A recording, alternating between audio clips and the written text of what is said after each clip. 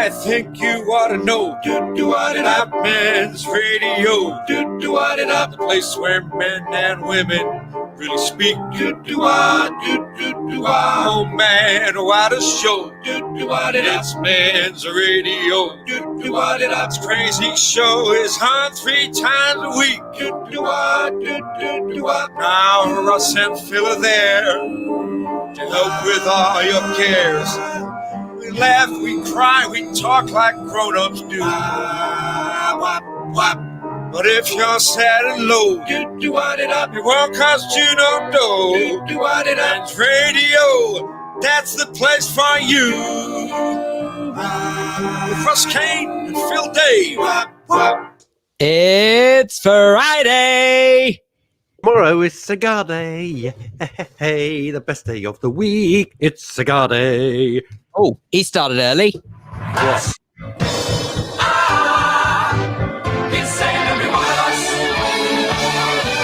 Barry J. Allen says morning to everyone. Have you noticed? By the way, this is the first time. Well, you threw me. You suddenly arrived looking like a cross between Arthur Askey and Charlie Chester with the jacket. Was it Tommy Trinder? I wasn't sure which one it was. And I thought, sod it. Right. He wants to start the jacket war. Right. Jackets it is, baby. Well, it's the truth. I'm getting ready. Hang on. The truth is I'm getting ready. Where are you going? You're in the shawl? I've got nothing here. Got nothing. What do you got? Phantom says good morning. I am getting ready. Oh dear, he's gone again. Now, I think we should warn you that poor Russ has a terrible problem that is going to keep happening today, I'm afraid, where shock horror technology continues to betwixt him. And the software that we use to broadcast this very program to you keeps crashing. But fear not. Every time Russ's does crash, he will be back. He'll come back to us very shortly. Anyway, the reason why I'm wearing a jacket, one that may be a little more striking than usual, is because I'm getting very excited at the prospect of Monday. Now, I can't give too much away, but let's just say Monday's show is going to be in celebration, the best way of putting it, in celebration of the slight easing of lockdown restrictions, the next phase of the easing of lockdown restrictions. By the way, if you have just joined us, I should, of course, inform you that you are listening to Men's Radio Station. It's the daily show here on Men's Radio Station with Russ Kane and Phil Dave. We are live until 2 o'clock this afternoon. And we have got some fantastic guests for you. We're broadcasting live, of course, on Facebook, YouTube, Twitter, and across mensradiostation.com, radio waves, and deluxe radio. Oh, and of course, the Men's Radio Station app as well. I think we can get Mr. Kane back. So let's give it a shot and say, welcome back, Russ Kane. How nice of you to pop in. Your withering sarcasm will only earn you a slap. All right, I'll be with you in a minute. I've had to give up. So what I'm doing is I'm using my telephonic communication device. I tell you what, Russ, would you like a bit more time to set that up, boy? And I'll carry on telling them what's going on today's show. No. There we go. Right. Anyway, only because it doesn't sound very interesting when he's getting set up. So we'll let him do what he needs to do. Anywho, coming up on today's program, my goodness me, what a packed show. Now, I know I always say that on Friday, but it's sort of true. It is very packed today because at midday today, which is in about 55 minutes from now, we are going to be meeting Rosie Frost. Now, Rosie Frost is from an organization called Kane, and it's nicknamed it's nicknamed the community where you can be you. So I look forward to finding out what that means. Don't know whether it's a community. Don't know what it means. We look forward to finding out, though. I should tell you, actually, one thing that we pride ourselves here at Men's Radio Station is that we don't do what many other radio stations and broadcasters do, which is they are so well versed in their guests before the guests go on air. But what ends up happening is they know more than the guest knows. And I think personally that sounds terrible. So we're on a journey together with you. With you, we are going to learn at the same time exactly who our guests are, exactly what they do, and we'll find out more about their world. At 1 o'clock, Nita Sweeney will be joining us as well. well, she's award-winning, don't you know, wellness author, and of course the running and mental health memoir. I'm going to look forward to hearing from her at 1 o'clock today. Are you okay, RK? Yeah. Just go, baby. Just go. Thank you. And then, of course, at 1:30, Chantel Rickards will be here as ever to offer up some suggestions of what to watch on television. Maybe I'd say for the weekend, but I know a lot of people don't really register the weekend is that different at the moment. Oh, he's gone again.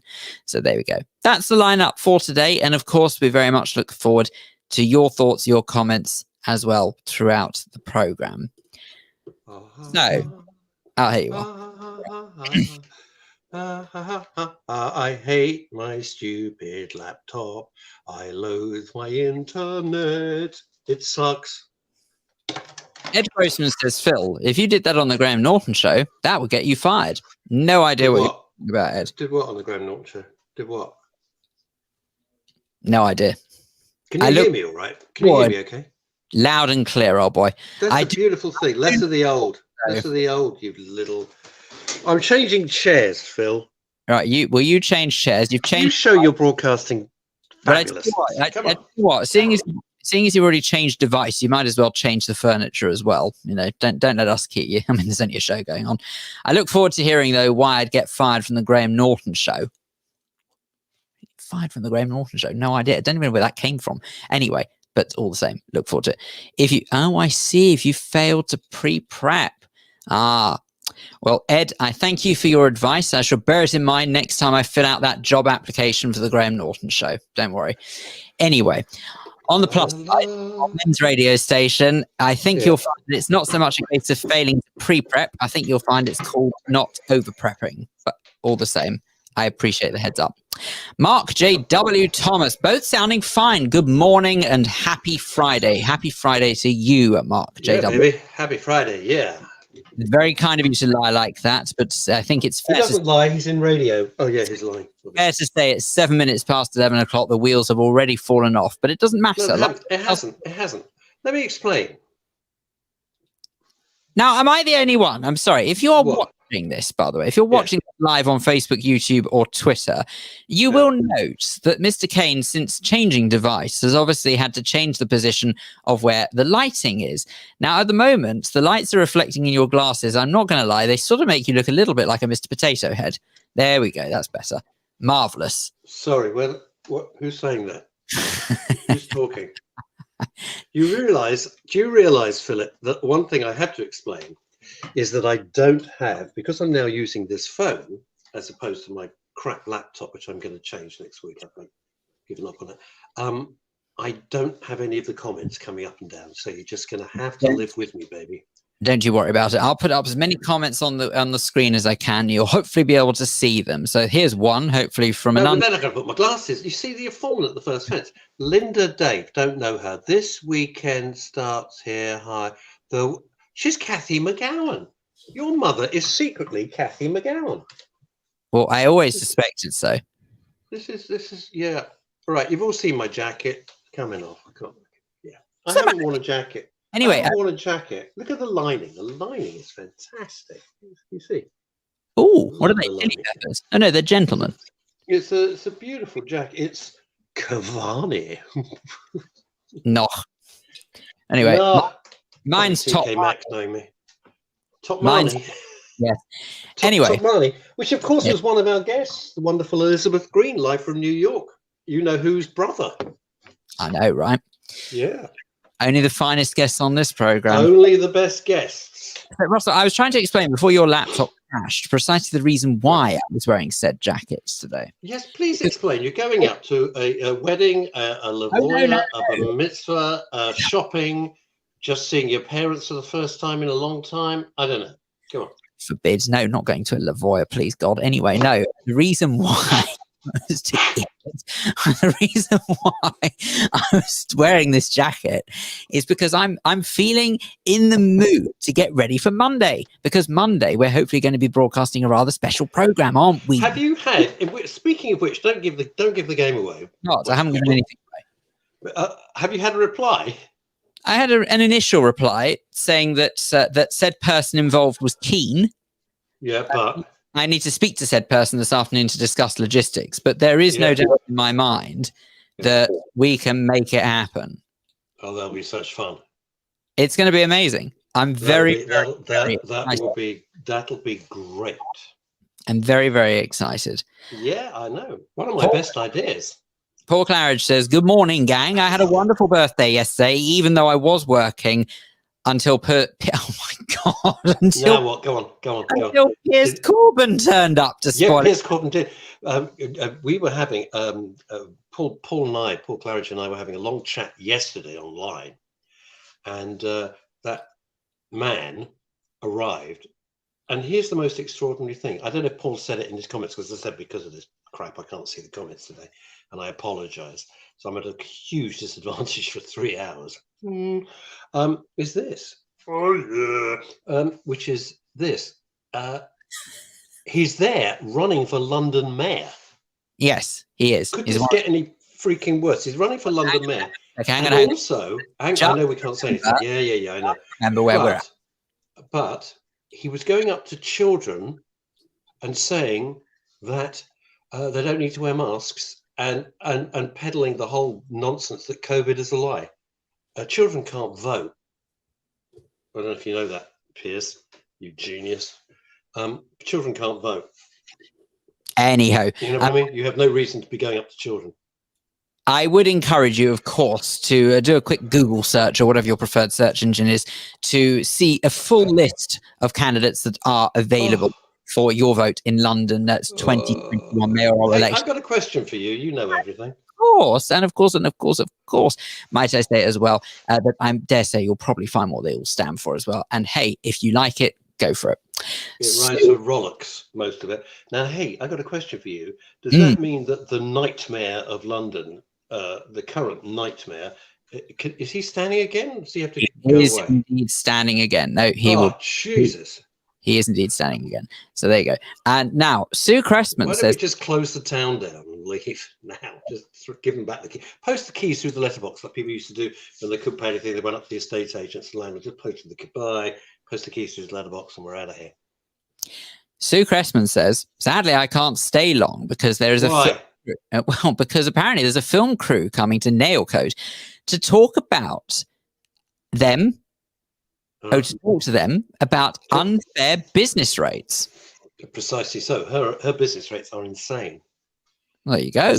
And we're very excited. And Sue went online, so I'm not giving anything else away, that we will, once this craziness goes away, we will be doing a show, Phil and I, live from Nailcoat Hall. I don't even know where it is, but we're going there. And we're going to do a show live from there and chat to Sue Cressman and host of stars. I made that last bit up. Well, give him a free drink there, Rocker. Give him a free drink there. No, I mean, you say host of stars, but I strongly suspect that when I'm not looking, I'll turn and bang my head on the ornamental mantelpiece, and as a result of it, I'll Hey, big news that I haven't told you. Oh, I did. I blind copied you in the email. Coming up, I'm hoping next week with a special is someone I have been trying to get on the show for months, and he's just released a new book. The book has gone to #1 on the Amazon sales charts. It is the Reverend Richard Coles. And I contacted Richard direct and said we'd love to talk about his book. His book is about grief. So it's absolutely central to the ethos of Men's Radio Station. It's grief, bereavement. As you know, Richard lost his partner. They were together for 12 years, I believe, and he died very young. Well, anything under 80 to me is very young, but he died young. Richard was devastated, as you are when you lose your other half. And Richard's going to come on the show. We're going to do a special because I think it deserves it. And Phil and I are going to meet Richard Coles, who I've been a fan of since the Communards. So there we go. Interesting man. So I'm really pleased. Might I also say, well, what you see on screen is what you get off screen. He is a very, very, very nice chap. This is what I'm hoping. I've never met Richard, but he was charming on the emails. We had a lovely email exchange, and he couldn't have been nicer. So hopefully, all being well, We'll have Richard Coles. I'm hoping next week. If not, it'll be the week after. Depends. And might I say thank you, Richard Coles, and we'll also say Thank you, Baked Potato. because Andy Lucas has just chimed in to say happy birthday, Paul, as has Sue Cressman. There you go, Paul. You're getting lots of happy birthday messages, and quite rightly so. Angela Lee has joined us. Hello, Angela. It's great to see you on board. And Angela Lee also says, love Richard, lovely guy. So there's a ringing endorsement. Oh, that's good. That's good. It's going to be a very interesting conversation about grief and coping with. It's called The Madness of Grief. It resonates. Okay, there we go. So that's what's coming up. And if I'm thinking, my little chum, it's dangerous. My boy wonder to the Batcave is this: if people have got interesting places where they work, right, or where they hang, we should be there. I think that'd be pretty good. I do not mean I want to go to East Croydon and broadcast halfway up a ladder with Paul Claridge. Whilst handing out newspapers and getting beaten up. No. Handing up newspapers. I mean, the crap beaten out. Could you imagine that, actually? Right? He has the shittiest life of any. He's the loveliest guy, and his life is just like, how bad can I make this life? But can you just imagine being in East Croydon, handing out newspapers? You're listening to Men's Radio Station Live. Would you care for a stand? Oh. You're listening to Men's Radio Station Live. Especially you. They take one look and go, who's that in the jacket? Oh, do me a favour. Especially if you're wearing one of your big fancy cravats. That's shocking. That's seriously. That would be hilarious. I mean, it would be funny. Come on. Well, I'm very pleased you see the funny side of it. I can only assume I mustn't wear a white jacket that day because I strongly. No, for God's sake. Not if you're going to go halfway up a ladder and you get the newsprint all over the jacket. Well, quite. Think about this carefully. You've never seen Paul Claridge wearing a white dinner jacket when he's handing out free newspapers.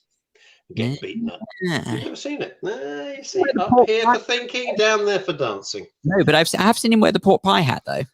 Oh, he always wears a hat. That's because he's actually the devil. And they've got two little horns sticking up, so he wears the hat. And so, I've given the game away. Oops. What a silly Billy. I asked a question yesterday. On Facebook. I have a particular item of clothing which I had sent over from America. I bought it in America and they posted it over, which is a long sleeve grey merino wool t-shirt. Oh, merino wool.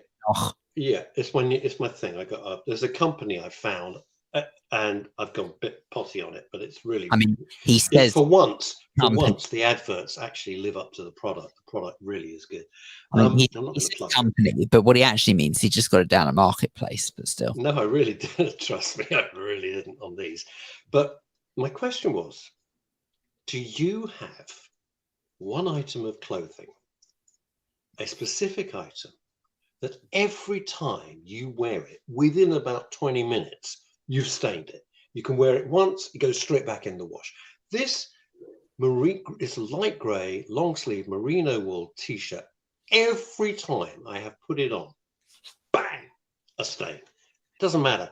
What? It's ridiculous. I suggested after a few years, you probably should learn where your mouth is.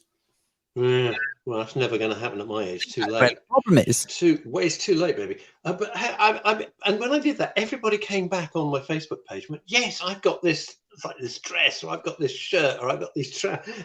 Everybody's got that one item of clothing that the moment you put it on, it is like a stain magnet. And I don't mean Monica Lewinsky. I mean like when you're out and about doing your normal stuff. Where? Oh, he's gone. Now, are you going? You're leaving now? Is that not leaving. You've had enough? We've got another 3 hours of this. Where are you going now? It's not that I'm leaving. Oh, it's Friday. Is it It holiday? is Friday. Well, it's With not Julia quite Bradbury. holiday check yet. We had a little bit of a disaster with the collar this morning. In the sense, I know I have a disaster most times I make a collar, but then every bloody time, yeah. No, I know, but there really was a disaster this time. Because when I made the collar this morning, I realised there was fat out of eggs, which is not a good place to be. When you blame your mother. Useless housekeeper she is. Linda Day, fire her. But the problem is when you run out of eggs, the problem is. Are you doing the egg wash? It delays Are you doing the egg wash? So I have One to of these do the bloody egg wash programs now. I watch. So yes, you have to excuse me. I'm just going to do some egg washing, whilst I whilst we're don't live. remember John Humphreys doing this when he was like interviewing the Minister of Defence or the Prime Minister. I don't remember him saying, unless I'm very "Hang on, much Prime Minister, I'm mistaken. just egg washing my holler." Well, unless I'm very Maybe much it slipped mistaken. my mind. Yeah, unless I'm very much mistaken, we're not in the process of speaking to the Prime Minister. So We could be listening. He could be listening. We don't know. look, if Bojo wants to listen to this program, I'm very happy for God, that. But I'm look at afraid him it with his doesn't. pink. Look at him with his pink brush. It speaks bloody volumes, doesn't it? Can I just say, this brush is not my choice. Don't Never you know worry. why he's single. It's a mystery to me. How do you spend Fridays? Well, I go into my kitchen, I get a huge pink brush, and I egg wash my holler. Okay, well, this speed dating's finished. Do you want to know, Russell, why the brush is actually pink? Just before you get for God's too sake, it's uppity going to about be it. some boring story. Yes, go ahead. Go on. No. Is it because the other one, the blue one, is for your dogs? No. The blue one you clean the dogs took us with. I don't know. If you shut up and listen for 2 seconds.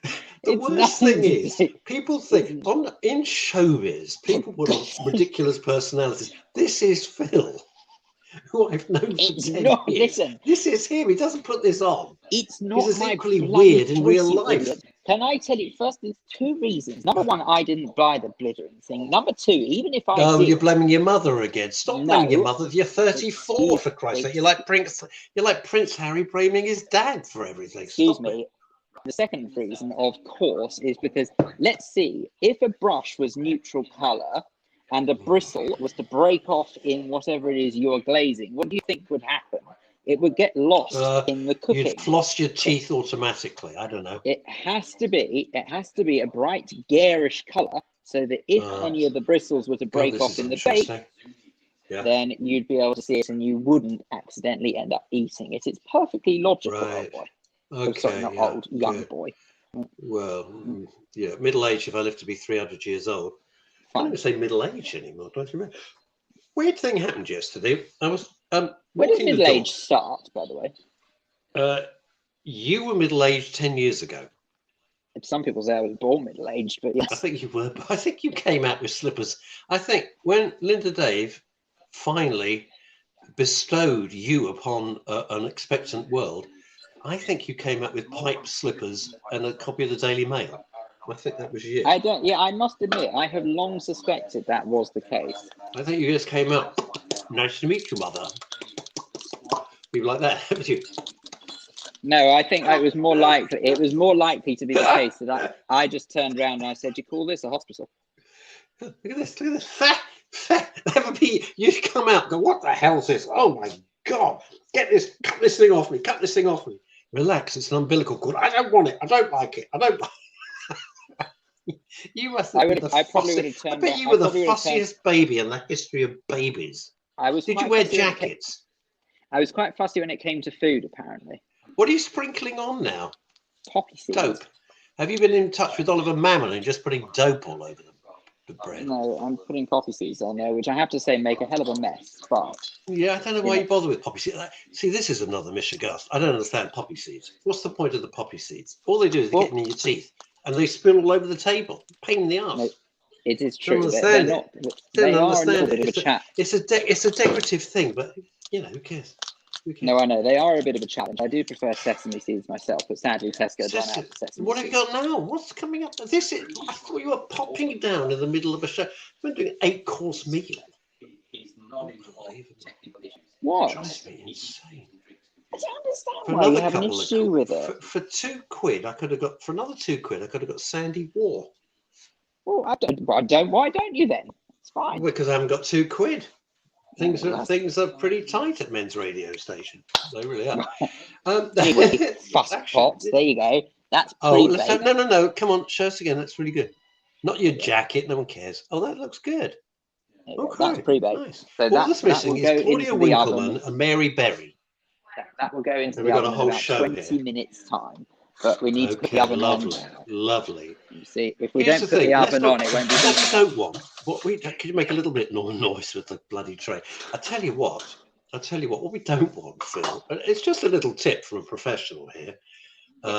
Is that if we're getting into someone and someone's actually in the midst of why they had a terrible nervous breakdown and tried to end their lives and everything, don't just say, This is a really good conversation. Could you excuse me? Just to take the holler out the oven. That would not be appropriate. Well, you'll be delighted to hear. I'm just that saying. I don't think we've got any of those guests today. Just a hint. No, you'll Just be saying. delighted Just to hear putting that it out there. I won't be taking the collar out the oven today. My glamorous assistant, aka my mother, has very kindly agreed to do that. So the collar will go into the oven Was cash involved? Did you have to like strip her a few quid, or what did you do? Nothing. You just said, "Mum, please, Mum," and she went, "All right, feel it." Weird thing, psychic connection yesterday. Beanie phoned me up to talk me through something, and it was quite fun. And then I had some more ideas about what he was saying. It was just a project he was tinkering around with. And I phoned, and he was bizarrely safely distanced with Mr. Ed Grossman.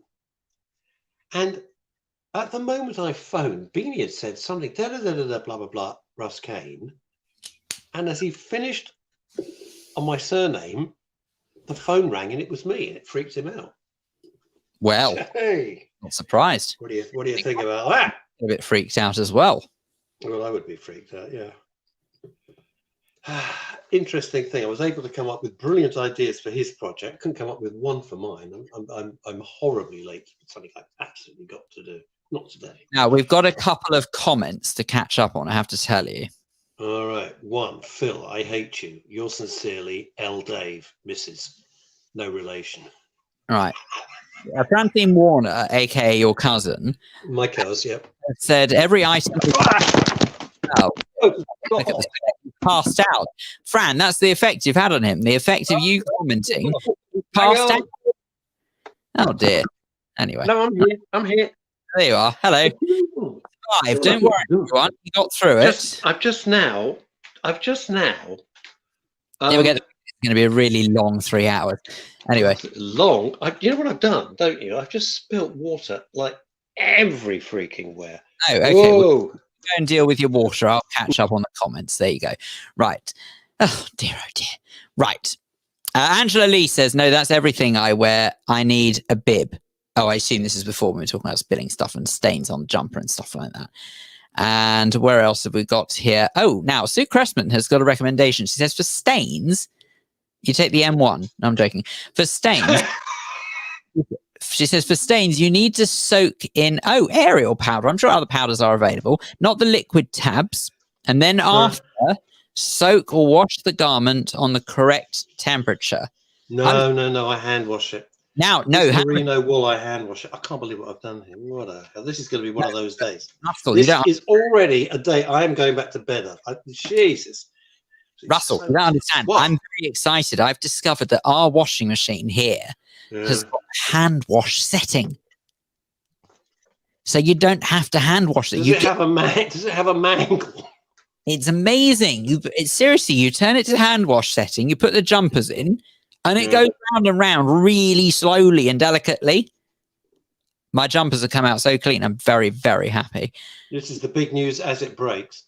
Hey, what did my cousin say? Because the moment, all I heard was Francine Warner, and then I spilt a pint of water all over my desk. Ah, okay, fine. Right, well, Francine Warner said before every item with Michael, I think that she was referring to when you were saying about getting stains on things. In other words, Michael. saying something along the lines of he needs a bib. I've done it again. I know what it is. I know exactly what it is. I think there's too much alcohol. This is interesting. Are you drunk?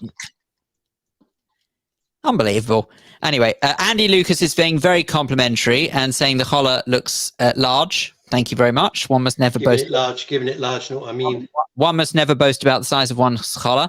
Francine Warner says, could Phil do a plait on my hair? Distinctly possible. I have become quite the master at plaiting collar, so I dare say it may be slightly similar. I'm not sure. When one of the twins grew his hair he looked like Jesus, basically, down here. And Francine was so enamored, she plaited the whole thing.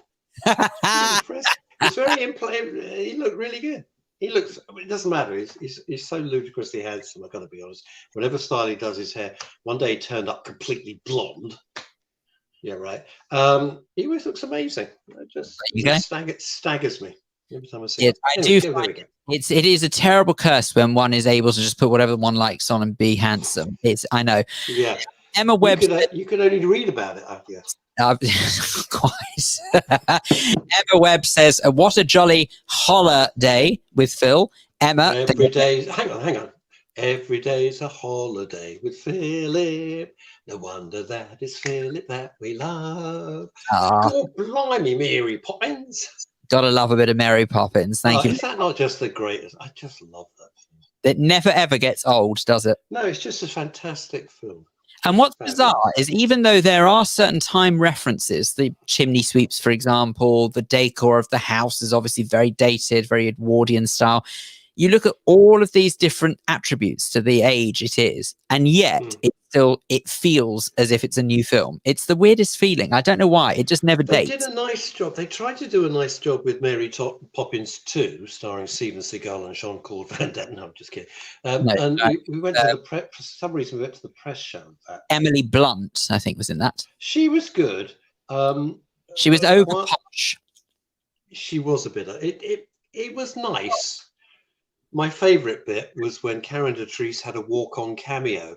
Oh, Karen Detrice, who played the little girl. She played Jane. She did, and she had a little. She walked on and asked for the address, which was the address of the original house in Mary Poppins 1. This time it's personal, and that was such a sweet thing. And then all the cast were there. The cast, that's Meryl Streep and everybody were in the theatre for a Q&A afterwards. And my favourite bit of that was there were lots of kids there as well. And kids, as we know, have no filter. And this little girl stood up and said, "Yeah." And so there's Meryl Streep, one of the greatest actresses of all time, and she goes, "Yeah, hello, I'd like to ask what's her name?" The place fell apart, and wow. It shows what a good sport Meryl Streep is. She just collapsed laughing and was lovely about it. But Phil and I know other people, we won't mention names, although we might, who just would have gone berserk. I know, just like what's her name would have done. Anyway, if we have a look at some of the other comments we've got going on here. Yeah, I'm jealous that you've got comments. Sue Cressman is very complimentary about my jacket, which is very kind of you, Sue. Thank you very much. You didn't say anything about my jacket when I was wearing it. You're wearing it, are you? But, well, I was wearing it, and she just picks on you. Well, I'm not coming to nail coat hall. She can shove it. I'm not going there. I do rather like this jacket, but I have to confess I don't give it an airing that often. Thank God. The problem is that it doesn't have pockets, and I carry rather a lot of stuff. You think it's like hand gel, gloves, face masks, and stuff like that. Gum. Quite difficult to autograph book. Well, quite. Ramsey, this is I'm not quite sure how to take this. Ramsey says Phil is almost as camp as Ainsley Harriott. Well, I mean, are you suggesting I don't find Ainsley camp at all? I was going to say, I mean, first of all, are you suggesting I'm like a wigwam and a teepee? Am I 2 tents? No, I absolutely You're don't. Like a pair of curtains. Pull yourself together. Thanks. Just had to draw it out.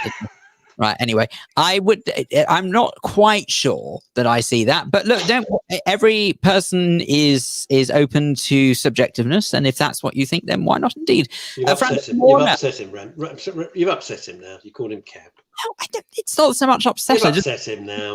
Yes. Oh God, he'll be on the phone at 2:01. Yeah, I was going to say that Ramsey. Oh, honestly, right? No, not at all. No, you make a valid point, Ramsey. I probably am quite intimidating with my butch ways. Francine Warner says Michael had a bagel in his hand. That's a clever trick. And really, you know it's going to be a disaster because it involves my cousin-in-law Michael. Go on. Right. So he's got a bagel in his hand and also no, that was it. That was the end of the story. Sue Cressman. That's not a story, Fran. That's not a story. And what? Sue Cressman says, Russ, your round lights are showing in your specs. I'm not wearing specs. Well, we were at the time of the comment. Yeah, I know. Then Ramsey goes on to say, Phil's sprinkling action is like Gareth Hunt on that coffee ad. Easy. Well, quite. Easy now. Angela Lee, Russ, your eyes are silver. I think, again, referring to the lights reflecting probably. And Ramsey quite rightly points out that's the downside of ring lights. Sue Cressman says, when you come to Nail Coat, we must get you with our chef to talk about the bread. Oh, Sue, I would be honored. Thank you. Good Lord. Wow. I got water on my ring light. Oh, do you Not a know, phrase you hear every day. Russell, do you know what we could do? This would be very exciting. We could almost No, make... not you in the Nail Coat kitchen. No, we could do it like a magazine style program. So what could happen is you could be sitting on one of the sofas having a chat with one of the guests, and we're now going to dive over to the kitchen with Phil, who's there with the chef of Nail Coat. Sue, forgive me, I don't know the name of your chef, but you really are Philip Schofield of Hertfordshire, aren't you? This is really you. This is your dream. What? I mean, you say magazine show. I think I'm a little bit. Hey, you know what? Spring's here, which means one thing. It's going to be summer too. And so here's Phil with his fabulous... Phil, have you been looking at the new summer collections? Well, I have, indeed. And we've got some. Now, here's Doreen, and she's looking lovely. I found this. It was only $10.99 plus Green Shield stamps in Primark. It's a lovely new shift. You'd love that. Ed Grossman reckons that he's going on a holiday. That wasn't easy to say. We're all going on a Phil's holiday. I know we're working for a week or two. Yep, go on. Eve Phantom says hi to Ed. Francine Warner says she says hi to Ed. What's going on there? What's going on with Eve Phantom and Ed Grossman? Not entirely sure. And then Fran, for some reason, or what? I don't know. Fran, for some reason, just says when he was born. I'm not quite sure in what response. Michael Warner, when he was born, came out with a bagel in his hand. See, oh right. He's always eating. Right. Okay, that makes sense. I love it. I arrive and I say, Fran, I just cup of tea. You want a coffee? Do you want a cup? I don't want anything. I'll get you a little something. Fran, I don't want anything. I'm absolutely fine. No, I'll just get you a little. Have a little sandwich. I can't say that I understand anyone who eats all the time. It's shocking. No. Quite. Lovely Amanda says Michael needs to us. What's happening with the bagel? What? Michael needs to us. What's happening with the bagel? Classy Amanda, we just say no to drugs. I'm very worried about the water on my ring light because it's the other ring light fell to pieces. This is the new one, which is really well made, and I like it a lot. And now I've got water. I'm probably going to electrocute myself now. It's going to be the next thing. It'll be the first time I've died live on air. Hey, I see what you did there. Right. Okay. So, now, for some reason, I don't know why, Chrissy Holt says, aka Chrissy Richards, on the comments. Thanks to some of the things you've been. The fact she's got two names. Well, this may explain it, to be honest. She says, thanks to some of the things you've been talking about, I've probably stopped myself being prosecuted, especially the way the police behave these days. Good Lord, Chrissy, it's not good. Don't do that. There is, it's a very interesting dichotomy. I'm switching mood for a sec about the police. There's a very interesting dichotomy. I follow various people on YouTube only because I'm interested, and sometimes the most innocuous of the YouTube channels suddenly go incredibly dark when the presenter, who you kind of get to know over the weeks and months that you've been watching, reveals stuff that's going on in their life. Now, I love watches. I don't ever wear jewelry, but I love watches. Watches are the one piece of jewelry. I like it. I like old-fashioned watches. I don't wear smart watches. I don't get it. Because you've got a Fitbit. You don't need a smart. It doesn't matter. Anyway, I like them. And there's a watch channel. I'm not going to name it. And it's a guy, and all he does is he talks about watches.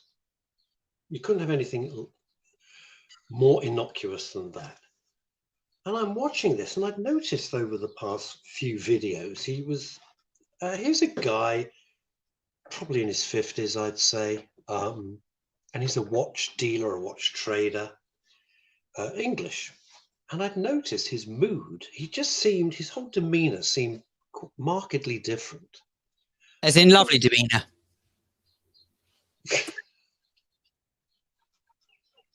You do know the danger you run, don't you? Is that one day there's going to be a horrible end to the story. You've jumped in with a typical flip remark that you and I always do, not thinking where the end of the story might be going. I love the way you think that one day I'll get myself into trouble as if I've never done that before. I've done it So before. anyway, thanks for interrupting. And so I was surprised by this guy's, as I said, demeanor it seemed quite dark and he seemed quite withdrawn, which is odd if you're doing a YouTube channel. He's got a lot of followers and it's an interesting stuff about the do's and don'ts and the various models of watches and stuff like that. So if you're into watches, it's an interesting channel because he knows his stuff. And he said, I want to explain why I have been looking and sounding a little bit different. And I'm thinking, well, it's a watch channel. Maybe he had a deal going on. He tells me this story about death threats that he's been getting that are so shocking. I'm not actually going to tell you how bad they are, except one of them threatened to kill his 5-year-old granddaughter. And I sat there and I only watched it, I think, 2 nights ago. And I thought, what is this world coming to? Here's a channel only about watches. It's about nothing else. And this guy is receiving endless death threats. And he goes to the police. Police won't do anything at all. I won't even tell you what this person threatened to do to this chap's wife. Horrific. Even for this show, I'm not going there. And then he hires a private detective, as you have to these days. And the detective and everything, they track the guy down.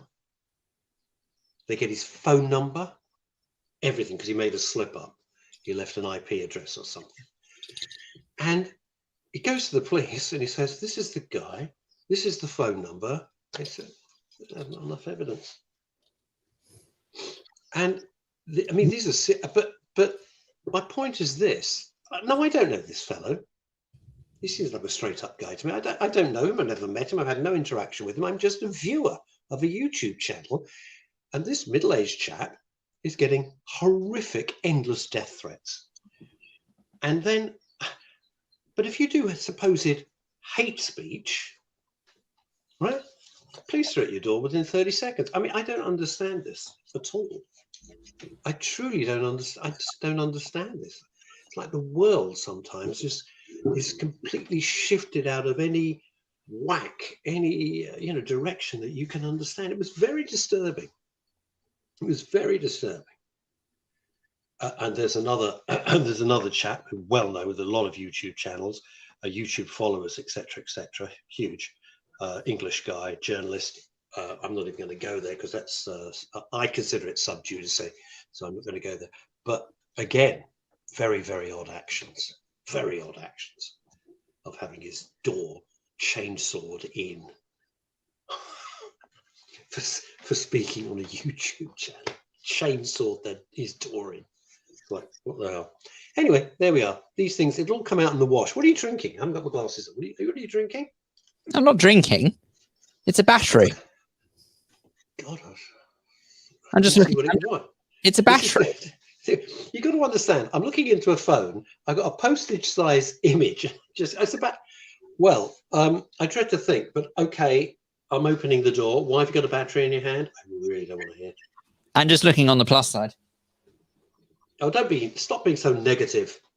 You can get charged for that. Oh, I'm just waiting. I bet they can't wait at Nailcoat Hall for our 2-hour on-stage comedy act. You don't want to sell yourself short.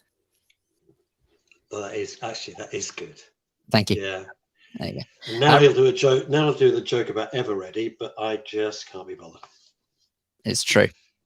Anyway, now Ramsey, talking about depression. Yep. Ramsey, you can't start a message like that. That's why we're here. Talking about depression. Did you hear about that guy? I'm really sorry that. Oh, good Lord. Okay, right. Serious. Can we go into it, or we can't go into it? No. It's fine. Because I haven't got as I said, if you're just joining, I haven't got the comments today, I would like to say I'm not aware of the story, so just to make that very clear. Talking about depression, Ramsey says, did you hear about that guy from Arsenal Fan TV that took his life, sadly? Aside from his mother dying a few years ago, he cited the inability to go to a live football match as a major reason for his mental health decline. Many others are feeling the same. Really? I mean, Ed, come on, for goodness sake, don't be flippant on that. Even I wouldn't be flippant on that one. But I do reckon. I think we're at a disadvantage. We're at a disadvantage, Phil. We're at a disadvantage because you and I don't want to go to football. Well, I think the biggest seriously, we don't relate to it. Is that this is just sadly one example of what I've sort of feared from the word go. If you stop people living their life and doing what gives them some sense of pleasure, are the ramifications of that going to be worse than the ramifications of the pandemic? And I mean, I guess we'll never know the true answer, but sadly, I'm going to have to mop this up. I'm sitting in it is like my desk is like Lake Titicaca. So give me a minute. Right, no problem. Well, you go up and you mop up. How extraordinary. Good Lord. Anyway, he's got the audacity to say to me that he doesn't know anyone who would go on the Today program and start baking a challah. And yet, he's very happy to mop up live on air before. Don't know why. I'm just putting it out there. It's not all me. You are listening, by the way, to, unbelievably enough, The Daily Show here on Men's Radio Station with him, Russ Kane, who's off mopping. Also, we'll call him Mrs. Mop. Yeah, right. So Mrs. Mop and me, Phil Dave, we're live with you. You'll be delighted to hear until 2:00 this afternoon. And coming up in about 15 minutes' time, we'll be joined by our first guest, who will hopefully be poised like a spring. Rosie Frost is her name. Kind Cody is the name of her organization. And I very much look forward to finding out what Kind Cody is all about and where that all comes from. Have you finished mopping? I'll be on my way now, Mr. Phil. I'll see you next Friday. Lovely. Same time. You're out of pledge. Yes. I really believe the thing I need to right. We're going to be live with you this afternoon, right across Facebook, YouTube, and Twitter. If you are listening to us, by the way, if you're listening, you're most welcome. You are listening to us on either mensradiostation.com or indeed Radio Waves or Deluxe Radio. Please do feel more than free to watch us in Technicolor Calamity, which you'll see on YouTube and Twitter. That's very good. Thank you very much indeed. That's very, very good. Very good. Yeah. Thank you very much indeed. And you will see us as well as hear us, which some may say the visual accompaniment makes this program. Others will say, "Good Lord, how much have we suffered already?" Please God, enough. Yeah. Die, no. If we didn't have to hear these people, now we've got to see them. Die, no. There we go. That'll be it. Okay, moving on. Where did we end up with the Arsenal story? Well, where did we end up? But we ended up in the place that Ramsey was telling us this very sad story that an Arsenal fan has apparently taken his life because he couldn't go and watch football matches. So I was just saying that I do worry that this is just one example of many who probably felt that life has got a little too much over the last year and however long. I mean, what was it, year and a month? And the truth is, I don't think we're ever going to know those statistics, but I worry what those statistics are. And it's not because, by the way, I think anyone's trying to hide anything from us. Let me be very clear on that. I know that there are going to be some people jumping on that old bandwagon saying, "Oh, this is because they don't want us to know this. They're hiding stuff from us." I don't think they're hiding. I don't think it's possible to find it out. That's the problem. I'm not being funny. You don't think they're hiding anything. No. But forgive what will come across as flippancy, but I am being completely serious here. When someone is in such a low place that they want to take their own life, they're hardly going to go on a register as saying, "Right, I can't cope anymore because of the pandemic." Yeah. So I don't think we will know the true numbers. I fear that the true numbers could very well roll into numbers that we can't even begin to fathom. I really hope I'm wrong. I really, very true. but I don't know. I fear I'm not. No, you're not wrong. I think the aftermath of this, the aftershocks of this, will be huge. And what's Absolutely worse, huge. and you know what's worse? This is just a horrible thought altogether. I'm sorry. I don't mean to be doom and gloom because I am genuinely very Not in that comedy jacket, but go on. rude. Someone called it my Rupert Bear jacket once. Oh, that's very good. I genuinely Yeah. am very positive about Monday. Monday is the start of normality creeping back. I know we're far from it. I get it. I understand that there's a long way to go yet, but it is the start. Now, you can't expect everything that's happened over the last year to be undone overnight. But if we're going in the right direction, that's good enough for me. But on a slightly more sort of slight downward note, Yeah. I just think that once all of the pandemic is over, it doesn't mean that people's hardship just suddenly goes away. If anything, it just begins. Because that's when, well, that's when it's the end of the furlough scheme. That's when it's the end of various support measures that have been put in place. And people will start realizing what has happened to their lives. You know, for now, we're sort of still in the holding pattern. I think they've realised. Do you think they think, oh, we're going to go back to work and then suddenly it all falls apart like a lumpy custard? I mean, what are they thinking? Well, what I worry about is that those who are on furlough are technically disposable. Because if you think about it, if someone was pivotal to their company, to their organization's ongoing role in whatever they're doing, then they wouldn't be on furlough. They'd be working through it. And that's what I'm worried about. You've got to think of all the people who are on furlough. And just for the record, by the way, just because you are on furlough, it doesn't mean that that's what's going to happen. Hopefully, most companies will have measures in place that will see staff return to proper pay, salary, and to hopefully returning to some semblance of normality. But there's one or two people I know who have been on furlough who have said they're getting ready for redundancy. And that is, honestly, that's the beginning of it. That's when we start clearing up the mess of this. And clearing up the mess. Which would take 5 to 10 years. Men's radio and women's radio, by the way, we couldn't get furlough for anybody. And so our team have remained on full pay throughout all of this, which was the determination of myself and Howard Jameson and Penny Horner as well, who's the director of Women's Radio Station. We looked at all the options because we really obviously needed the financial help. We're a tiny organization trying to do giant things, not through ego, but because we believe in our hearts that it's more urgently needed than when we even set it up. And we've just had to bite the bullet. You know, it was a time to either walk away. It was a time to walk away or to double down, and we decided to double down. That's what it's to it. You know? Angela Lee says, although COVID has been hard for the NHS staff, for us NHS staff, because of course Angela is one of them, she says that we have been working and earning. Yeah, I mean, Angela, I mean, yes, okay, working and earning, but for heaven's sakes, the work that NHS staff have done, how on earth can you even begin to summarize it in the 2 hours, 5 minutes we've got left of this program? Never mind a sentence. It's just Where do you stand on? I got a question. And Angela, I want to ask you this, and I'm going to ask you this, Philip, as well. All right, I've got comments up. I can't broadcast on this, but I've got comments up. There we are.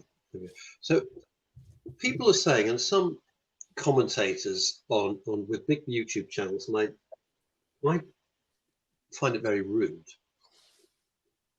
that it's the line of thinking goes like this. You know, we've been told to save the NHS.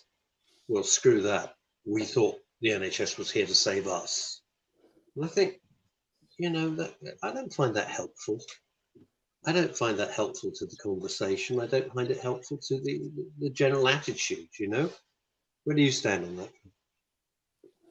Well, I would say that if someone is genuinely that stupid that they don't realize that the NHS is here to save us in a physical capacity, but the way the NHS survives is in a monetary capacity. And where do they think that money comes from? It's a sort of, as it were, insurance policy. What we do is we pay into the NHS so that we can be here for as long as possible. If we didn't have the NHS, I don't think we'd be looking at a mere 110,000 people to have lost their, 120,000 people to have lost their lives during this pandemic. One can only begin to imagine what that number would be. Angela Lee says we can't, but my friends have lost their livelihood. I think so many people are are hanging on by literally by their fingertips, looking at the abyss. That's when it gets scary, because money problems. First of all, if you don't have good health, you got nothing. We know that. But let's make the huge leap and say that your health is okay. And then when you got to think, I got to put food on the table, I got to put a roof over my head, I got to get my kids clothes, I got to all the things that you need money for. I'm not talking about luxuries. I'm talking about necessities. That is a huge stressor. And a lot of people, when they're unable to do that, it goes straight into a very serious depression. And that, I think, is what Phil and I have been talking about for a long, long time, for over a year. This isn't going to go away. There isn't a magic money tree that you can just throw money at anymore. There was something that one of our guests from a couple of weeks ago said that's really, really stuck with me, because it's kind of changed my perspective on the developing world. And I can't remember that. I'm so sorry. I'm terrible with names. I just don't remember the name. Russell. It's Russell. Russell. Your mother's name's Linda. Idiots, right? Always there to help. I only remember. Always there to help. I remember your name because it's written on screen. But no, plus my Twitter address. Our guest who was on a few weeks ago was saying that part and parcel of some of the work that he's done is he has been to parts of Africa, and he's. Oh yeah, that's right. He was great. Now, he said that despite having nothing, they are amongst the happiest of people. Yeah. And I thought, do you know what? That really changes everything. Because apart from that age-old adage, which so many of us use and know, money can't buy you happiness, and everyone says it. Well, most people say it, and most people laugh it off. And yet it's so true. That's the proof of the pudding. Think about it.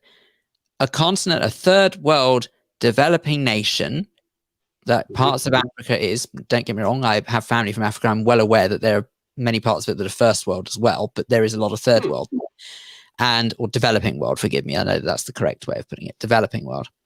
And when they don't have anything and they are happy, doesn't that scream volumes? Here in one of the richest countries on earth, and we have one of the highest rates of depression, of suicide. I just think that tells you everything you need to know. Because we have different sorts of pressures. It's very lovely being all Bob Geldof about it, but we have different sorts of pressures.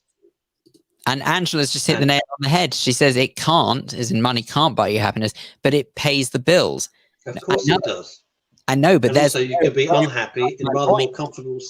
You can be unhappy in rather more comfortable surroundings and circumstances. If you're going to be miserable, you might as well be miserable in comfort. It's true; it does pay the bills. This is a huge thing. This is a huge, huge thing. And let's be honest about this. Let's be really grown up about it. A lot of companies, no matter what they profess about mental health in the workplace, no matter what they say publicly, privately, and I know because we're grown-ups, that they will use this as the perfect opportunity to downsize and blame it on everything else. You know that. Because with most companies, it's all about the bottom line. That's all it is. It's all about the bottom line. That's whatever their missions. I used to write all that stuff, so it doesn't impress me. It doesn't impress me. I read mission statements because I was a sort of idiot. I was the guy that they would hire to bring in. We need a new mission statement. Okay.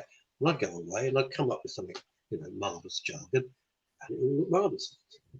So these mission statements, and that doesn't impress me because I used to write them. So a lot of companies are going to use this. Oh, Phil would like to have you, but they just think, well, we've got rid of one salary. It's not their problem. Yeah, Totally. They don't care. So Hello. the other thing that I want to add something else. I know I'm getting up to our first guest, but I want to add this because it's kind of important. It's that just to extrapolate from the analogy you did of a developing country in Africa, where our previous guests had said, that they're happy, and I get all that because it's a much. I'm not being rude. It is a much simpler life. They're not commuting. They're not getting on a train. All of that sort of stuff. Right? They haven't got mortgages. It's this. If we learned anything from COVID, anything at all from this pandemic, anything from being under house arrest for over a year, that's what it's been. It's not dressing up. We've been under house arrest for a year, right? It's that you're supposed to have simplified your life. It should have given you a year to say lots of things. One is, do I need these people in my life anymore? Were they ever really important to me? Have I missed them? Then you'll know who you really love and what matters to you. Have I missed going to X, Y, and Z place? Do I miss the theatre? Do I miss cinema? Blah, blah, blah. Do I want to go to a party? Do I want to go to another rubber chicken dinner in one of the big hotels off Park Lane wearing a penguin suit? Do I want to do all of that sort of stuff? And I think people have done a lot of rethinking and a lot of resetting. I'd like to stress what's wrong with a suit that looks like you're a penguin, but anyway. No, I'm not making light of it for once, Phil. It's serious stuff. It's like, because of what I used to do and because of a lot of charity stuff and that, I was always at something. I won't go anymore. I took a decision. I'm not going to do it anymore. I don't want to do it. I'll give the money, but I don't want to attend the evenings and stuff like that. I realized, I used to kind of dread it, kind of enjoyed it when I was there, but I've done hundreds of them.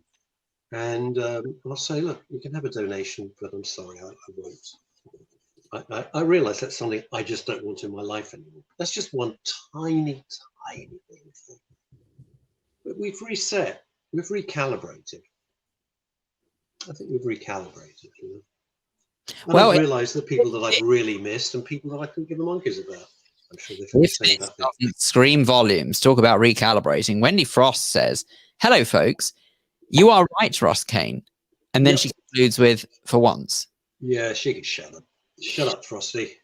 Now, Ramsey says someone very close to him who lives in LA is a millionaire with an apartment that's overlooking the ocean.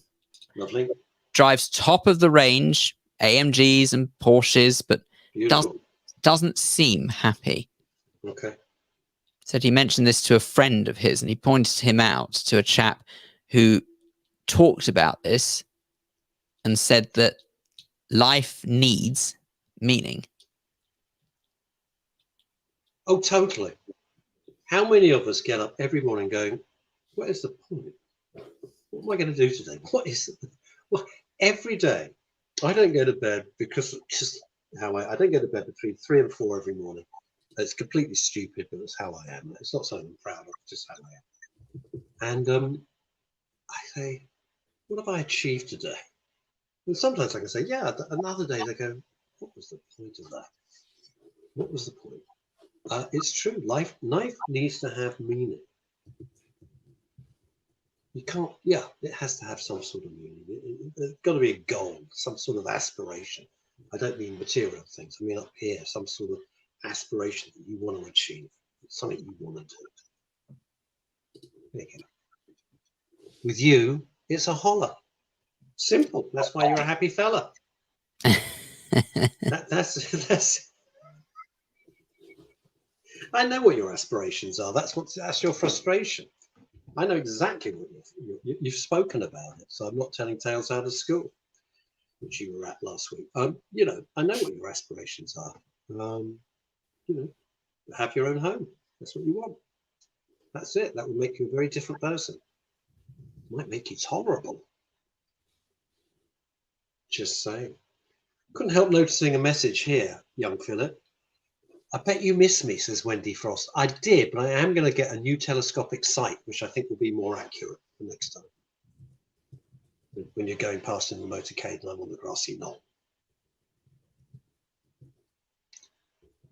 What's the matter? Have you got a dumpster up? What's up? No, there's all good. It's now time, by the way, Yeah. for us to meet our first guest, who has been patiently waiting in the digital green room. Did you put out the proper buffet and everything today? Did you arrange that with the staff? I tried, but you know what the digital buffet is like. It's got a very limited shelf life, I'm afraid, so it doesn't always taste that nice. But anyway, Rosie Frost is CEO of Kind Cody. Now, Kind Cody sounds like my kind of place. So let's find out a little more. If they're serving single malts that are very peaty, it probably is your kind of place. It's the Kind Cody bar. I don't think any alcohol is involved, but anyway. Okay. Rosie Frost, Men's Radio, the Daily Hello. Show. Hello, a very good afternoon to I'm you. going to put glasses Hi, on can so you can't hear see. me? We can hear you loud and clear. Oh, Thank you you. can? Oh, that's good. Absolutely. Of course, yes, we can. And look at you, Rosie Frost, with your groovy backdrop. That's very Thank good. you. We've Let's got, get that backdrop. yes, we are here. This is our headquarters, and we are setting up. We've got all of our equipment here to do filming. So we film lots of classes, our mental, nutritional, and physical classes. So fitness, all sorts. Do you know what, something, Rosie Frost? This is the first time I've ever seen this with you, that you look like your mum today. Uncanny. You really look like your mum today. It's extraordinary. I haven't seen that. I've never seen that before. I'm very, very sorry to interrupt this, but I believe that people would want us to say this, that I've just had a news alert come up that reads as following. Prince Philip, the Duke of Edinburgh, has died aged 99. Buckingham said. So I'm really sorry to interrupt this, but I do believe people might want to know more about that. Yes. If is the case, then obviously you may want to tune into the news channel. Forgive me, but Rosie, we can always get you back and we'll talk to you more as and when. But don't get me wrong, we'll keep you on for now, make no mistake. But that is a news alert that's just come up. So if you haven't heard, if you haven't seen it, that a Sky News alert, Buckingham Palace has said that Prince Philip, the Duke of Edinburgh, has died aged 99. So there we are. Goodness me. Right. It's not come up on my phone yet as an alert. That is horrible. That is horrible. I know you're going to be saying, sorry, Rosie, the timing couldn't be worse. Bear with. No. Don't go away. It's end of an era. A man who served, for all his gaffes, and everyone's going to say things like that, for all his comments, he served as a consort magnificently. He gave up a very successful, his career and his life to serve the monarchy. It was clearly a very happy marriage and a very long marriage. And whatever all the cynics may say, and all the jokes and all the nastiness that undoubtedly will come, I think this country owes him a great debt of gratitude. A great debt of gratitude.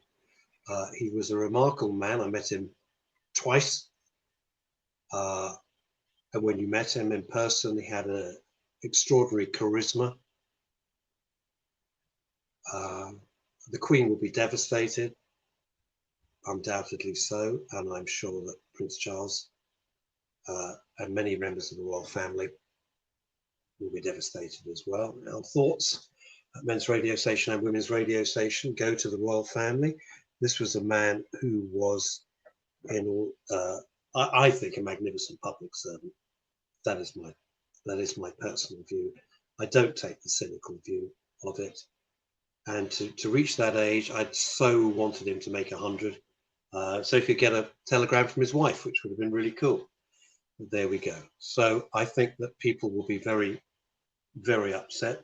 I do think it will affect the mood. Not for those who don't care, because they don't care about anything. They're against everything. They're really just nihilists. And that's sad. I feel sad about that.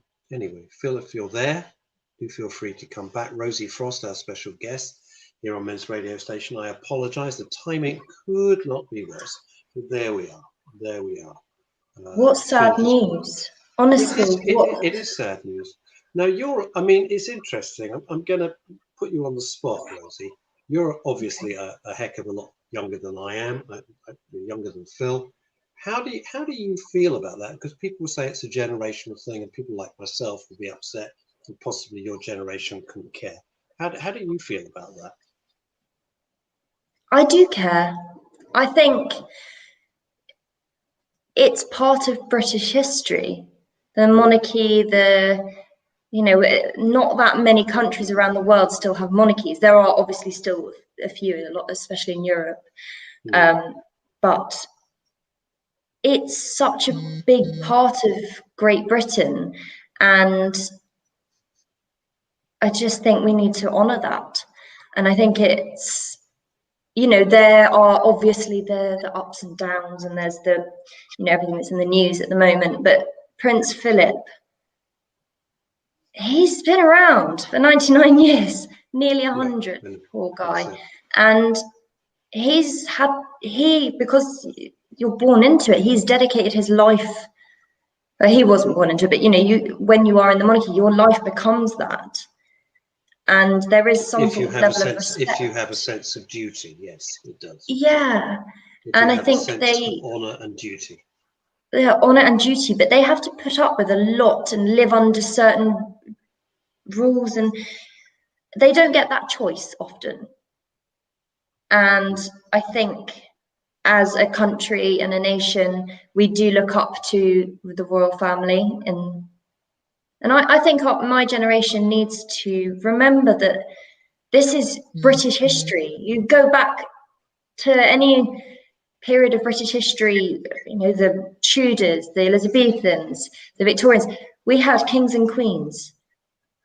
And it's so fundamental, I think, to how Britain has become. It's in our DNA. It's in the country's and in the culture's DNA. I think you're absolutely right. And one thing, for whatever reasons you want to say, is that the monarchy gives, for whatever strange reason, a sense of continuance, a living sense of history, and stabilization. Because otherwise we would have had, Tony Blair as Prince of Europe or some nonsense like that for his aspirations. No comment on that one. We don't want, but I'll pick anybody you like. I'm picking him. I know. Because he was odious. But it's just, I think they give a sense of, well, whatever happens, there's still the royal family who can ultimately veto stuff. And a lot of British culture is celebrated around the royal families, the royal weddings, the weekend, the birthdays, the jubilees, all these things that we celebrate. And a huge part of education is British history. When we teach children about history, we are teaching them about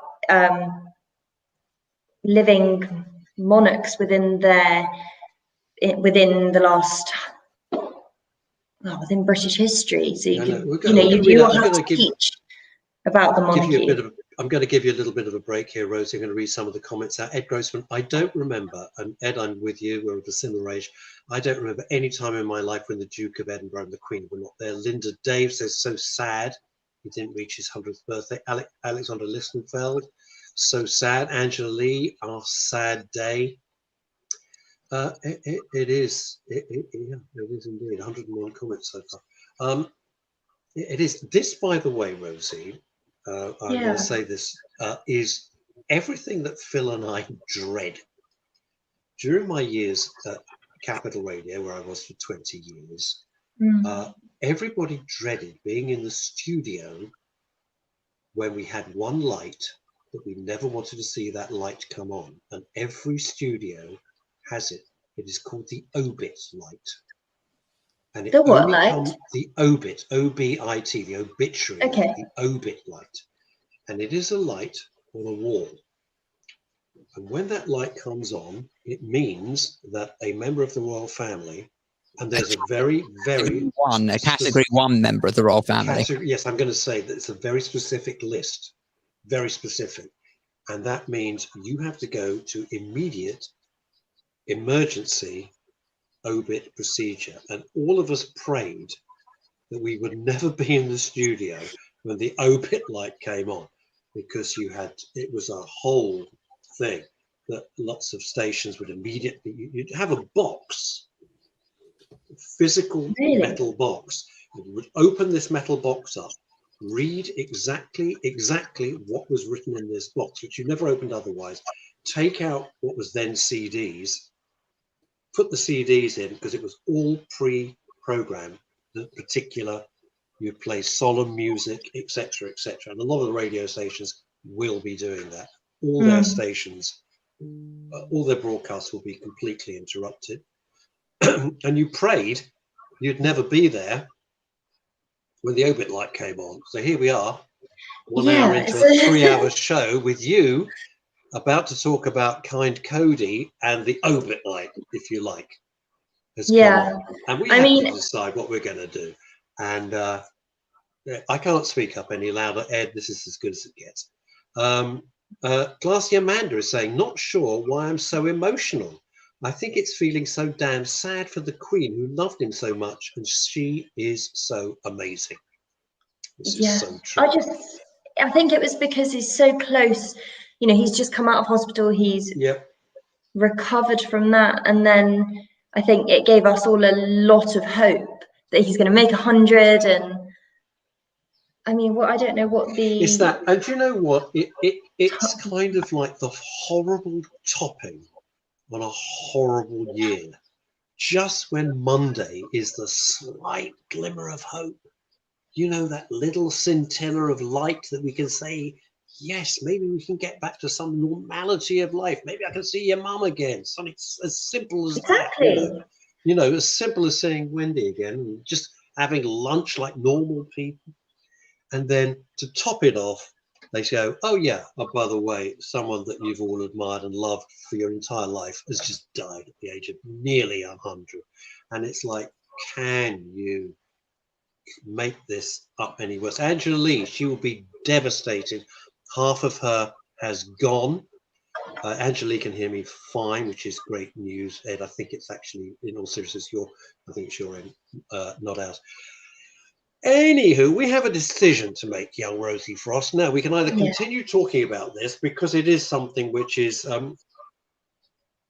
it's horrible news. It's very sad. And the cynics were saying, Rosie, the cynics were saying, well, you didn't know him. What did he ever do for you? You know, that's the sort of 2021 nihilist, cynical view about everything. And I'm just so tired of it. I'm so tired of it. Me too. Why can't we all just get along and just be nice, be kind? Now, let me ask you a question, and I'm going to change this while we've got you here, because you're a young person, and often, you know, we don't hear your views perhaps on a station like this. So I'm glad you're here. Awkward for you, but I know you can deal with it. It's this. For example, I lived in America. I spent a lot of time in America, and over there, it's absolutely fine to have the flag waving outside your house. In America, California, New York, doesn't matter. Everywhere you look, there's flags. They're proud of their flag. Yeah, they're proud to be American. Why is it? And you will have a different perspective from me. Why is it that it seems to be over here? You can't be patriotic. That doesn't mean you're a little Englander. Just proud to be, you know, part of the United Kingdom. Do you feel like that as a younger person? I am proud to be British. I can't, you know, when I think about where else would I come from? I mean, I am British, and for me, I do feel British. But do I stand and wave a flag? No, but that's not because of my generation. I don't think. I just, you know, I am British, and I'm happy to be British and proud to be British. I don't think I would ever fly a flag or. But you don't. Do you see the flag as a bad symbol? It's a nice flag, isn't it? There you go. It's a flag. Every country has a flag. I think actually the Great British, the Union Jack is quite a nice flag. There are some flags that, more. So great. It's the Union. It's the Union flag. I don't know why it's called I think the Union Jack is actually a naval version, but it's called the Union flag. I'm saying that because otherwise. Union Jack. Sorry. Yes, you are totally Union right. Flag. Some more comments here. Jules Silverman saying, "I love the royal family, a part of our life, and our history is gone. So sad." Absolutely true. Andrea Lucas is saying, "I wonder how the Queen will now cope." That is a very true story, because all of us who've had elderly parents, or you haven't, your parents are young, and do we know what the cause of his passing is?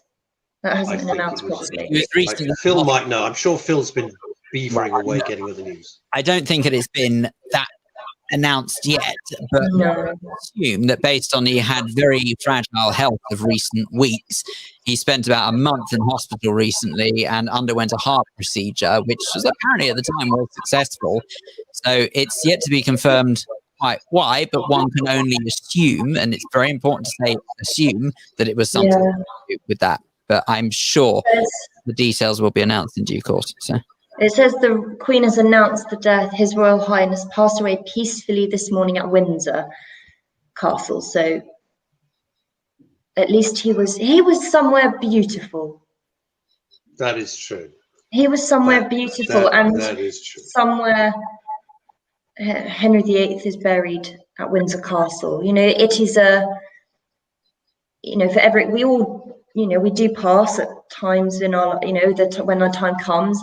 And to pass in such a historic British place with beautiful grounds, and I just, and peacefully, we don't know these circumstances, but it is, it's unique, and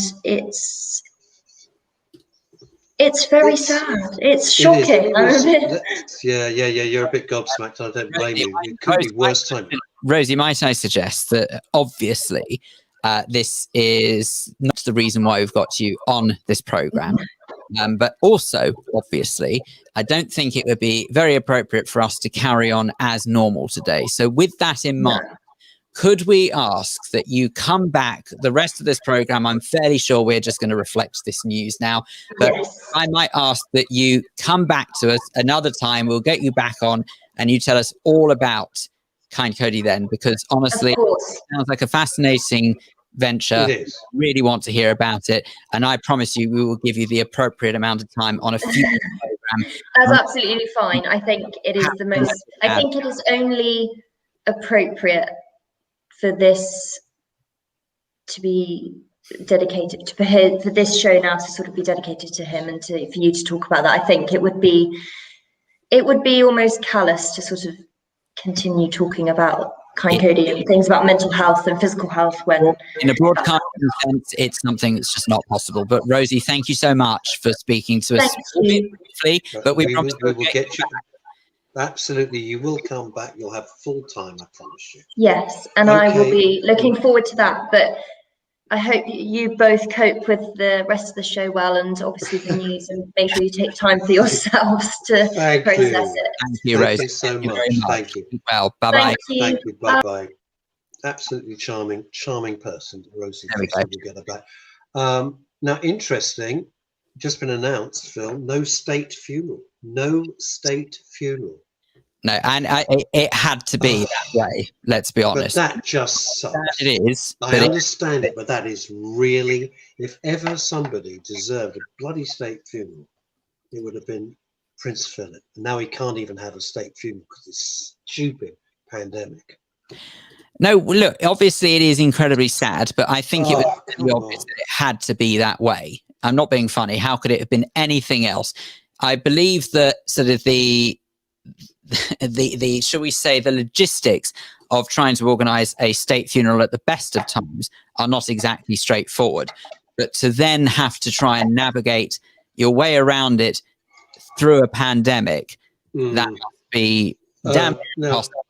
Now, there's some interesting comments. Penny Horner said that no state funeral. It was a request he had made. That'll be a ceremonial thing. Andrea Lucas, Rosie, you are great. Rosie Frost pushed into the most awkward, difficult. I've been doing this since 1984.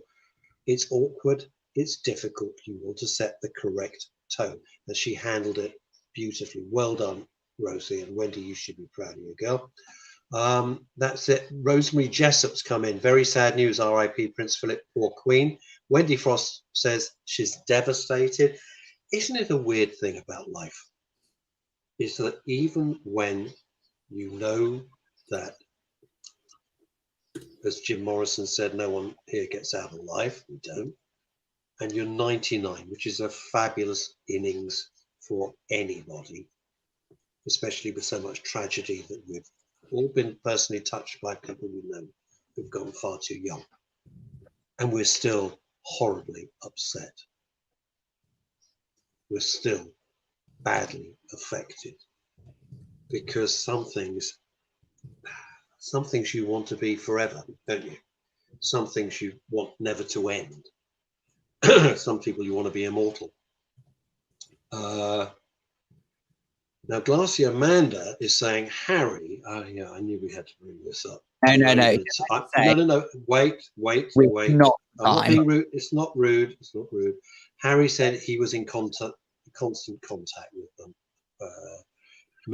Wendy says, will they fly over? I'm absolutely no idea. Do you know what?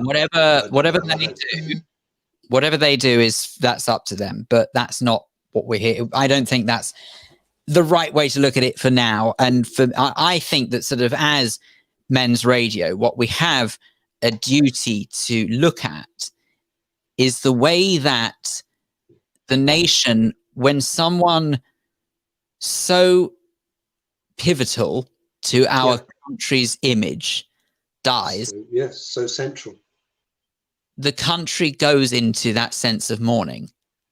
Even though most of us, I would imagine any of us watching this now, listening now, talking now, possibly haven't met Prince Philip. Ross, I don't know if you have. I certainly haven't. Twice. Yeah, I've met him twice. Twice. Okay. Now, with that, I do apologize. You can well imagine I was just on the phone, so I didn't hear everything you were saying off the back of the news, and I'm very sorry. But I may say that I never met him, and even that being the case, I, like many, felt like I knew him because he's always been there. Yeah, been there your whole life. And like now the that Queen, they've been there for my entire life. I've never, as Ed Grossman rightly said, we've never had a second when they haven't been there. It's been our constant throughout all the tumultuous changes, and certainly I've witnessed in my lifetime. They've always been the constant. Glassy Amanda says, let's do a minute silence for him and then discuss all the great points after. Glassy, thank you for that suggestion. We won't do that now, if that's okay, because that's not the right way to behave. There will be a national minute of silence, and I'm sure it will be announced in due course as to when it's going to be. And it would be respectful of us to follow that rather than doing it if that's okay. But thank you for your suggestion. You're always, and suggestions always extremely welcome. When Wendy Frost says, Phil, you're right, he's always been there. And then Wendy Frost also says, the poor Queen has had so much to contend with. I'm trying to be very delicate here. I'm thinking of her. And, you know, you get to a time in life when you think, all right, I've worked my arse off. I've done it. I would just like things to be a little bit easier now. And Her Majesty, I am sure, at her advanced years, is no exception. What has happened in recent months has just been a shocker. And she didn't deserve it. There we go. She didn't deserve it. Wendy Frost again, as Rosie said, I'm pleased he died at home. And you know, that is a very valid point, you know.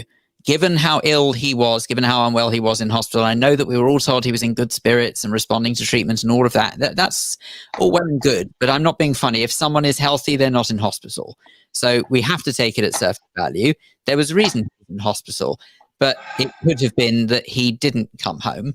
And I can't help but think how much worse that would have been. And it's sort of like life has completed in the right way for him. I get that. But do you know what? I'm just going to put this out there, then I'm not going to refer to it again. If you had a relative and you knew was seriously ill and was very elderly, 99, I would jump on a plane to say my goodbyes. That's what I'm going to say on that subject. And you know, the chance to say goodbye, in all seriousness, is a really, really pivotal part. It's of the so mourning process. so important. I've Because- too many times, but it's crucial. And Crucial. that's actually part and parcel of obviously what the whole funeral is. And that's why a state funeral is important. It's a chance for people who didn't know the person but still had a lot of respect and possibly a lot of love for an individual who's worthy of a state funeral to say goodbye and to mourn. If you could only imagine what it would have been like when Princess Diana died, and if there was no state funeral, it would have been even more unbearable than it already was for so many people. It's just, it feels so flipping surreal what we're talking about. It feels horrible. I'm really upset there isn't going to be a state funeral. I get the logistics. I get the health. I understand that. I get it. But if anybody deserved a full state funeral, it was Prince Philip. And also, I would say this, which is going to sound a little weird. We deserved it. We deserved it as our opportunity to show the world how we felt. We deserved it to be able to have a little opportunity to say to Her Majesty the Queen, thank you. This is how we as a nation feel. This is how he touched us. This is how what we think of you and your years of dedication and service. It would have been our opportunity to say to all the negativity, all the trolls, all the whingers, I'm not interested in you. This is how this country really feels. But now we can't do that. We've been deprived of that. And a lot of people, I think, do That's a actually shame. forget. I think a lot of people forget the history of Prince Philip, you know. They may not even actually know it, never mind forget it, because he was royalty through and through. People often say he married into the royal family, but it's not true. He was actually born into royalty. His mother was the late Princess Alice, of course, was the daughter of Lord Louis Mountbatten, and subsequently a great-granddaughter of Queen Victoria. So he had royal heritage of his own.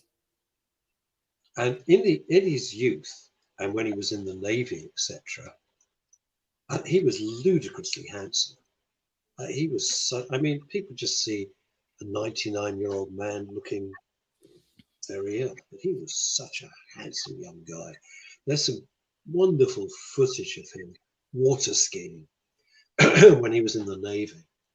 And, you know, he just looks like he looked like a film star. He really looked like a film star. When Her Majesty the Queen met him, she was like totally bowled over. She was smitten. You know, Amanda raises a very valid point here. She's saying how the news has just said how devastated his staff will be, many of whom have been with him for decades.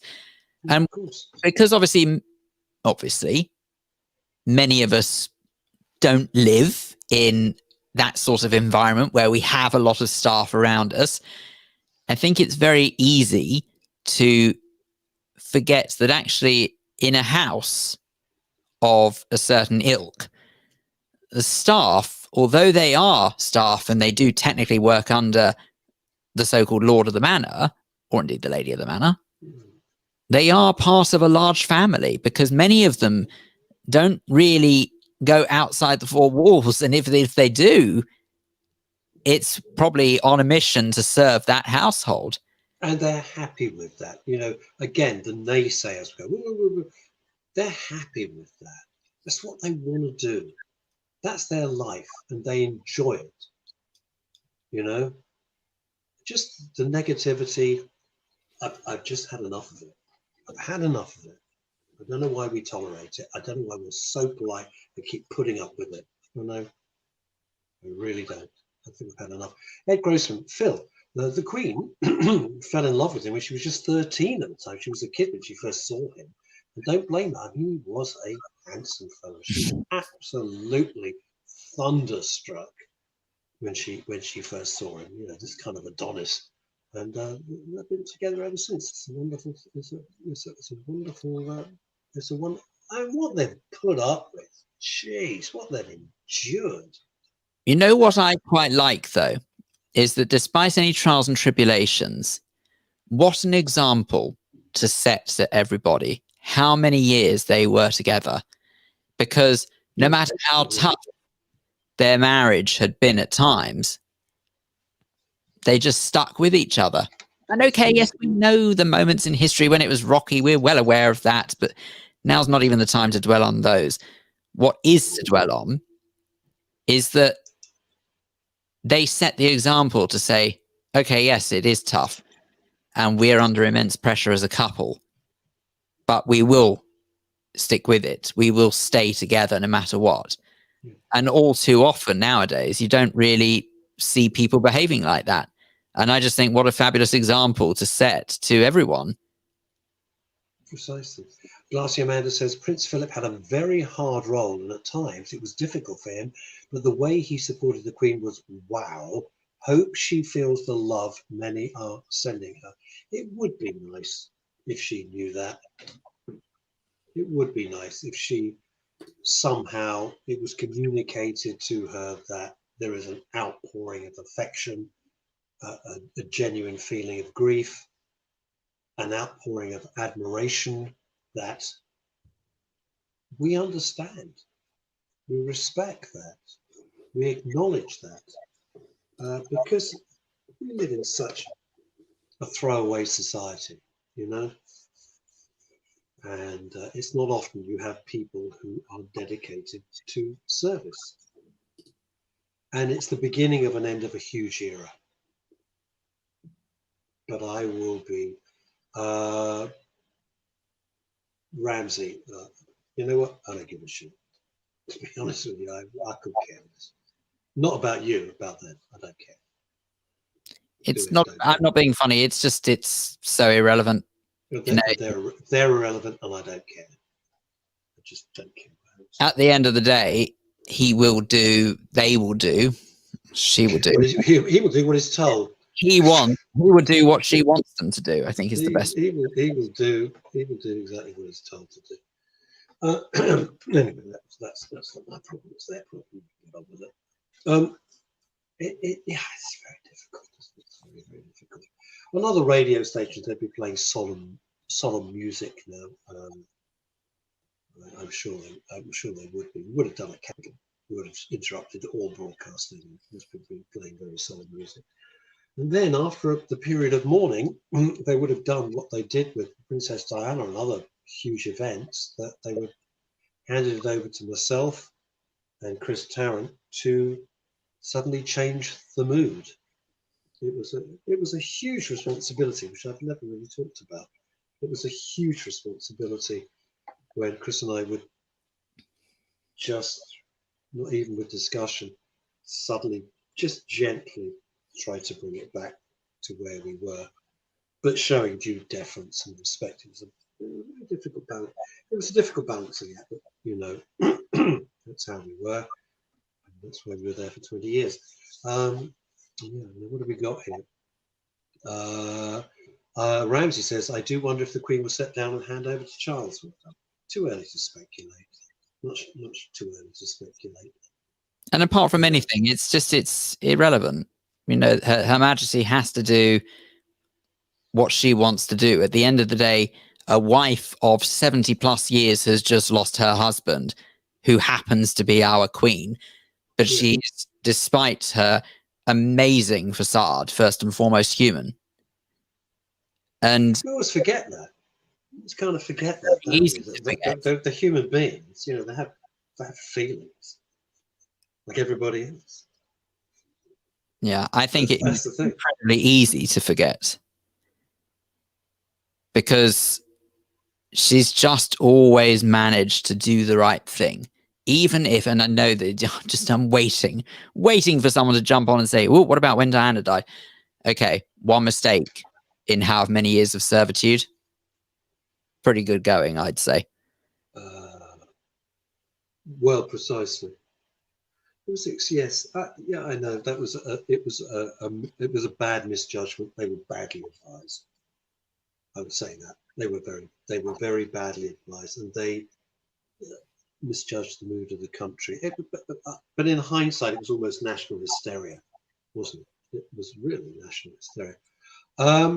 Glassy Amanda, it's incredible. Like you both, every program had to be stopped to let people know, and then show film from his life. She would carry on. She's a rock star. I adore her.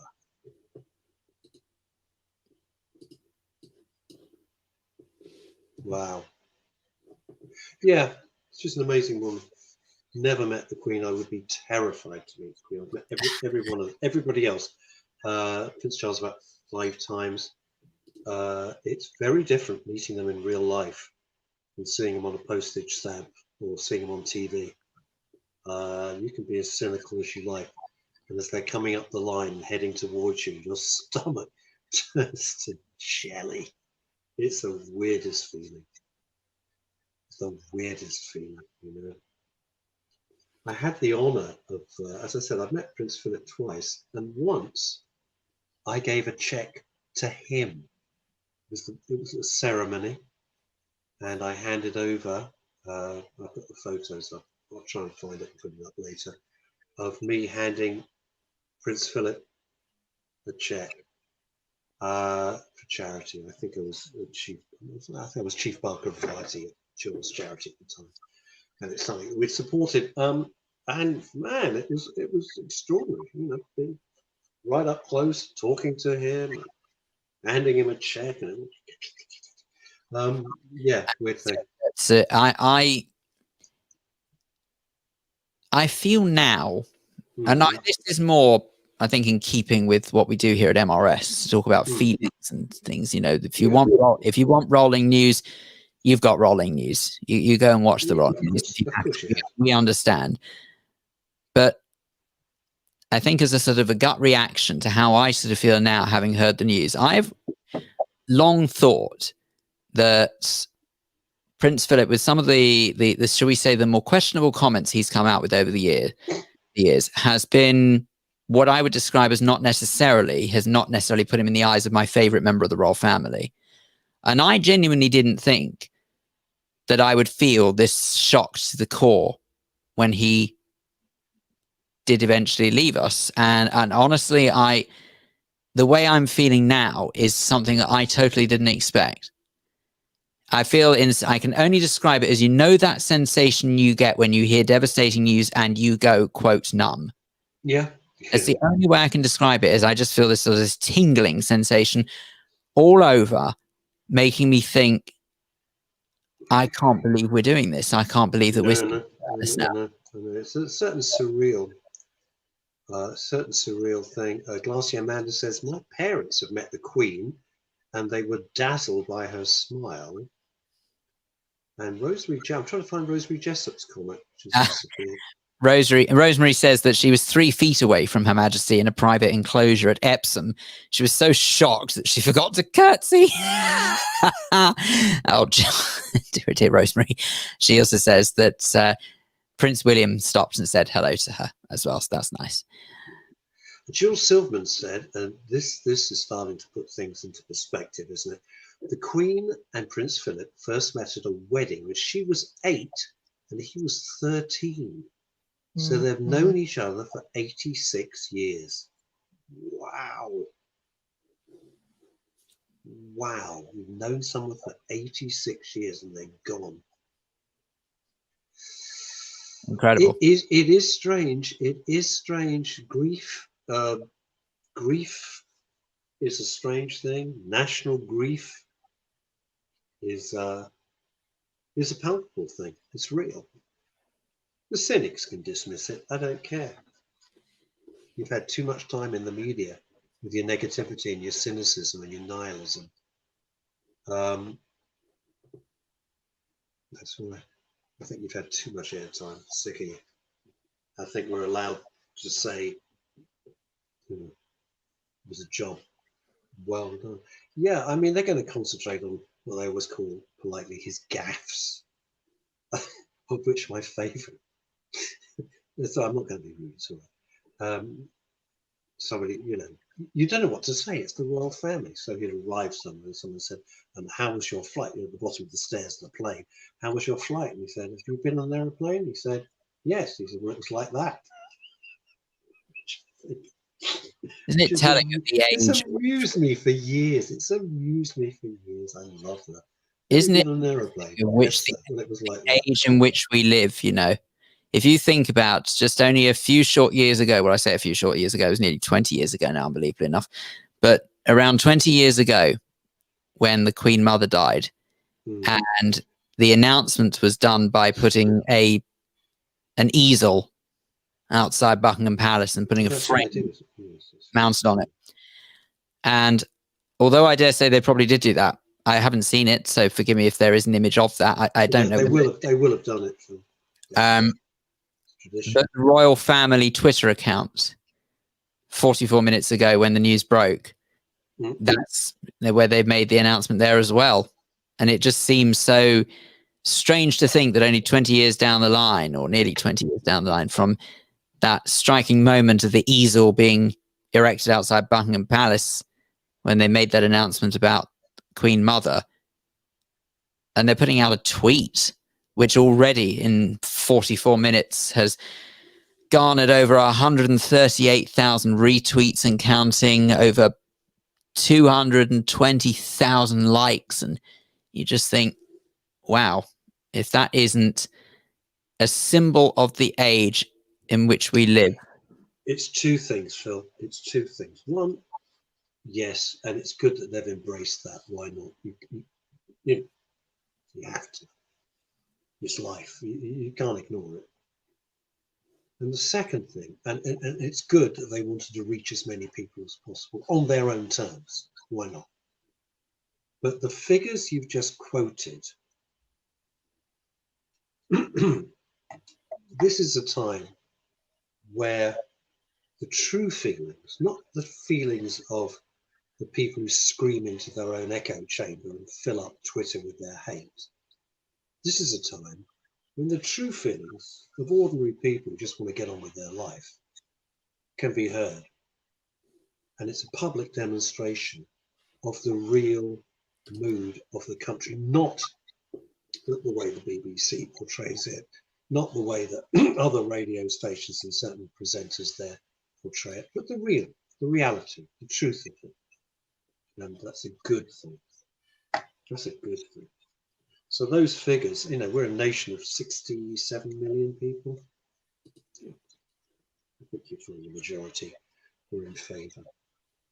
We're in favour, and are shocked. It's a strange thing, isn't it? What a day! What a day!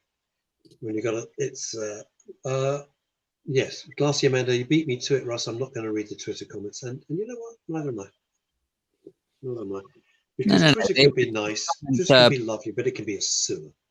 No. The Twitter comments are completely irrelevant.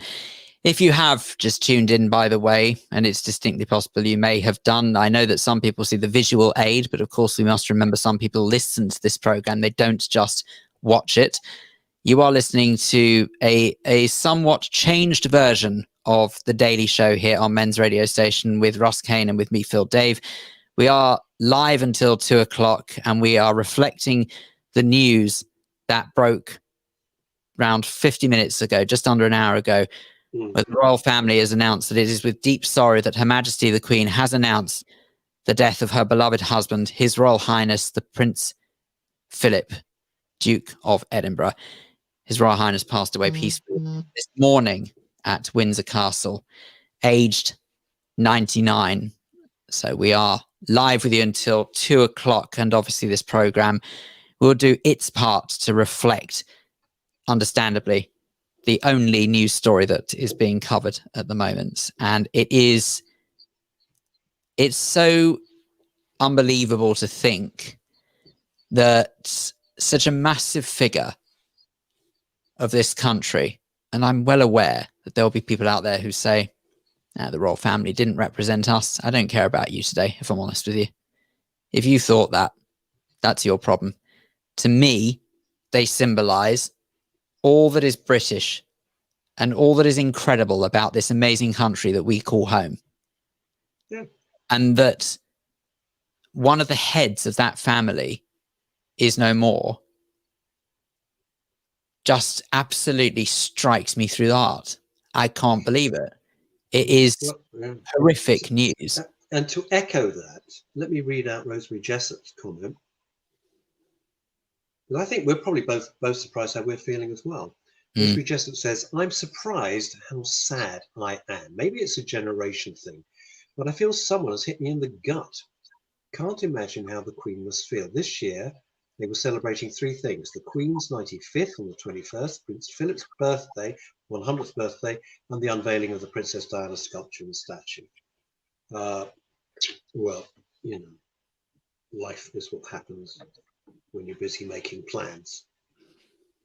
I think the reason why so many people feel sad is because human nature dictates no one likes change. And that is true. That is very true. I didn't think of that. Whatever you think of the royal family has just changed forever. Oh, okay, yes. For the royals, but for most of us, this is the only royal family that we've known in our lifetime. And the person who was the head, I know, I'm well aware the Queen's the head of the royal family before anyone starts saying anything, but the head man of the family has just died.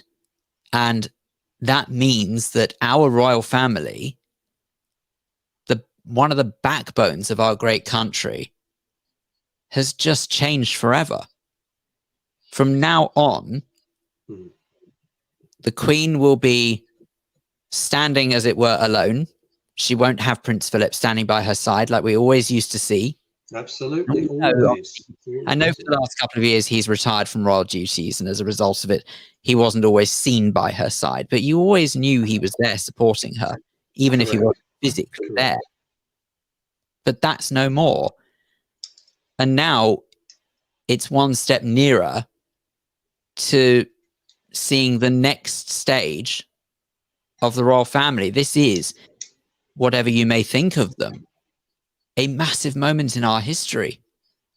Yes, it is. It's a very big moment. It is a pivotal moment.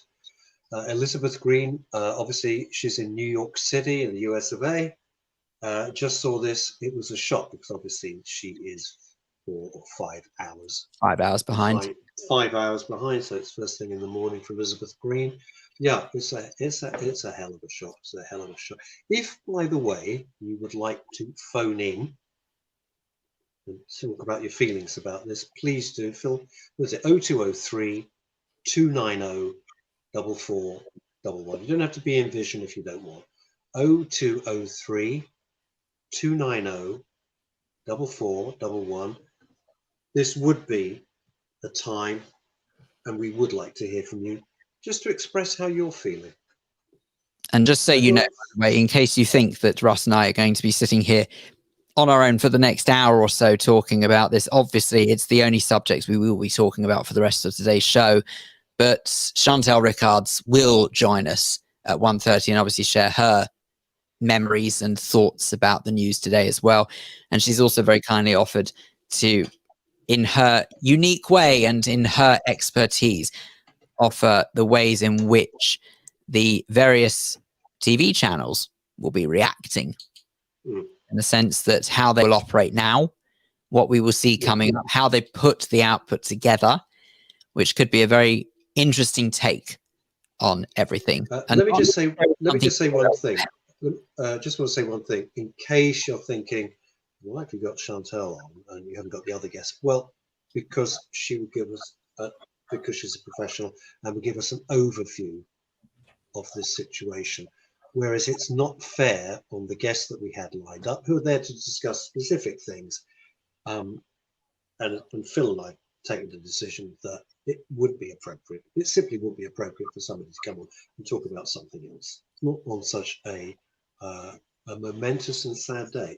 It just won't be correct. We will reschedule it, and they will come back. As I said, I put the number up now on the Men's Radio Station Facebook page. It's 0203 290 4411. Call, chat to Phil and myself. You know what we're like here.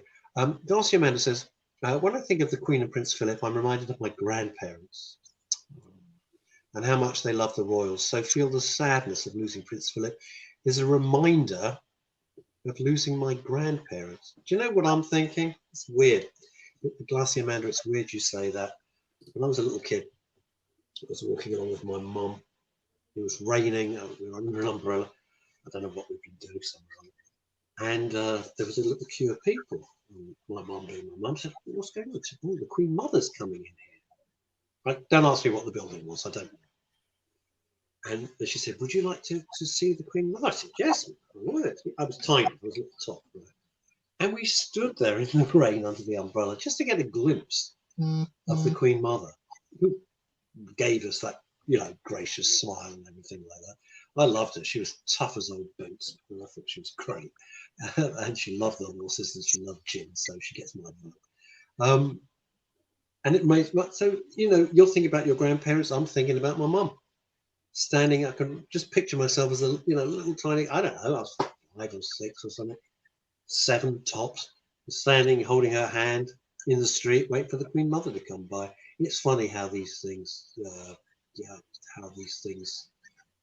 hitch in there. Elizabeth Green from New York is saying, nice to have you here to talk about something so British. You can get more British than this. It goes to the very DNA, the very core, the very heart of the country.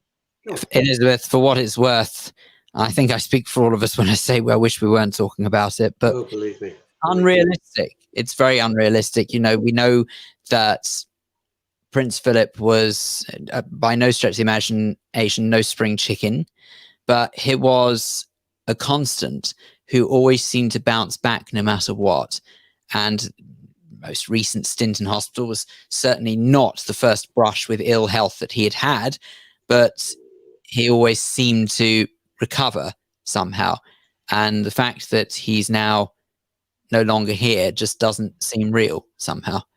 And I think that we're all in a state of mourning without even realizing it.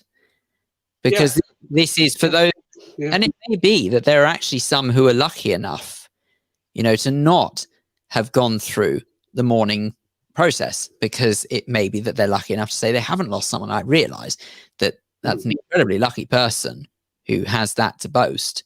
But there are indeed some people who have never lost someone before, and they might not realize that the sensation they've got now of just shock, devastation, sadness, whatever the emotion is, numbness in some ways, is just all part and parcel of it.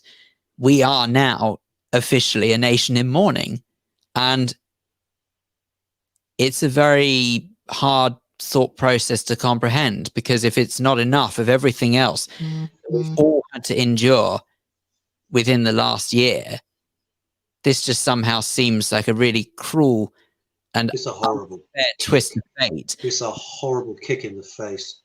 Just as we were getting ready to sort of come back to some sense of normality. The irony on a Friday when this is the freaking irony of it, isn't it?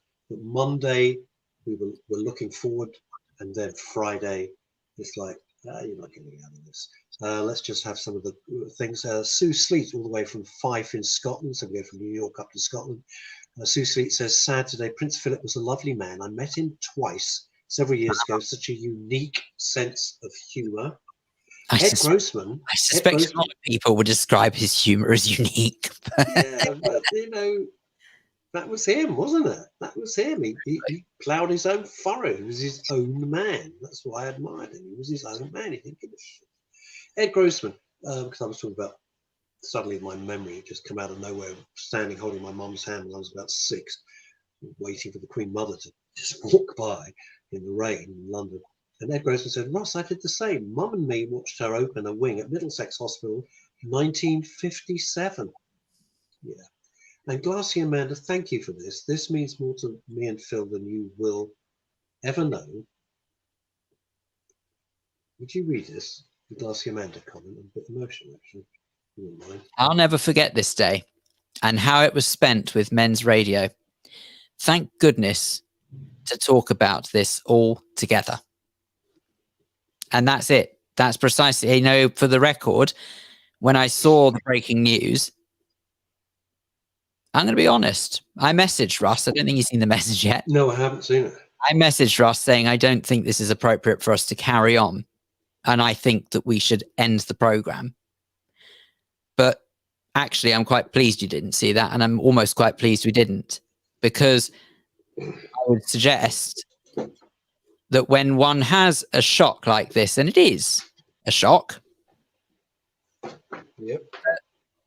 sometimes you need to talk about these things. And that's precisely why men's radio station and women's radio station, we know, exists. It's the very fabric of our being.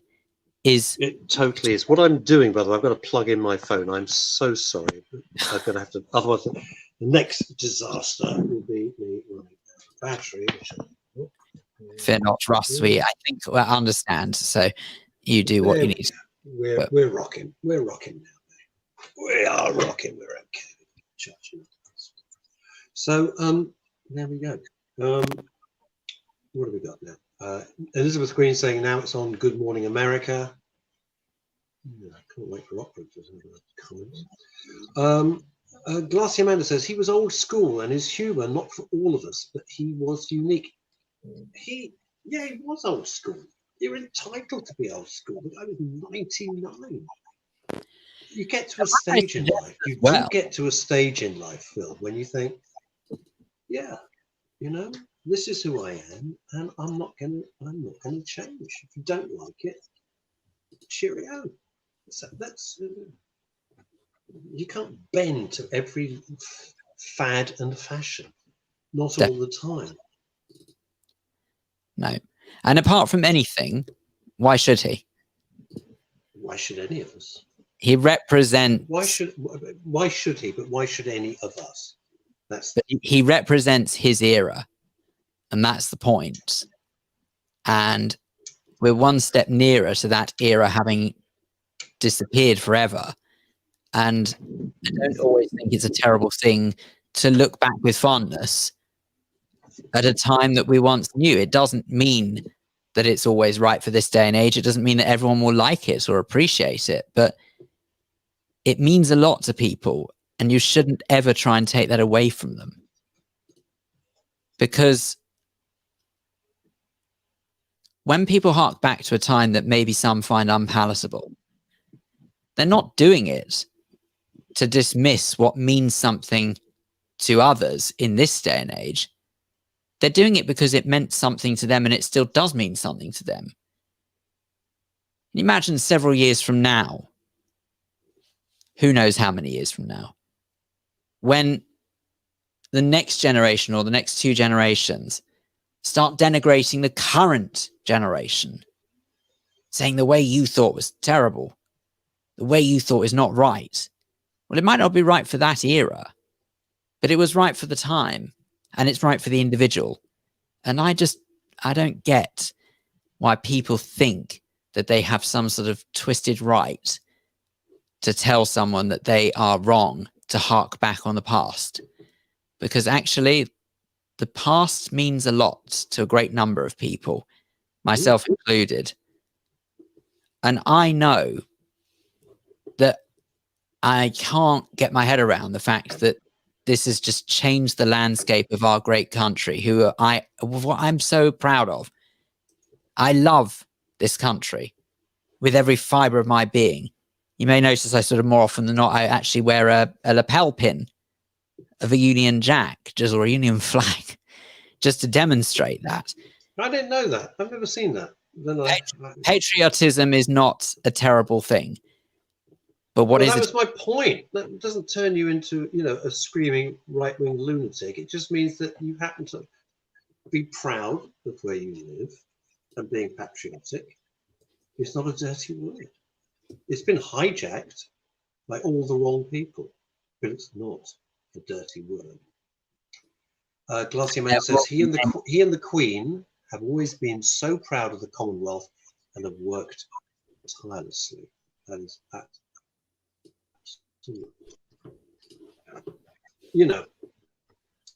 Just because people don't agree doesn't mean that new stuff is in better.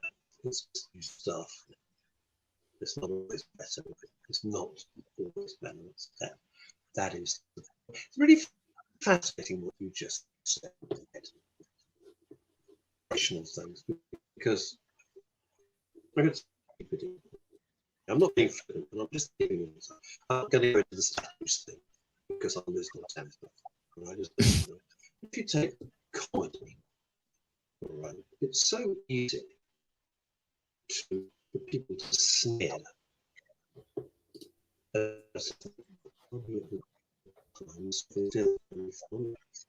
Whether you don't, doesn't mean other people can't find it and amusing. And this whole Russ, I feel that I'm sorry to interrupt you, Russ, but I think you'd want me to tell you that unfortunately your internet connection is playing a little bit of havoc again, and we're struggling to hear you. So we want to hear what you're saying, but I don't want you to say what you've got to say and then not have anyone hear it. So I'm sure you would rather I told you that. I do apologize for the technical glitches, but anyway. Is that any better? Any better at all? I think we can hear you now. So yes, let's go on that basis, shall we? The newsreaders on ITV and BS. Alas, not quite. Not quite. So, yeah.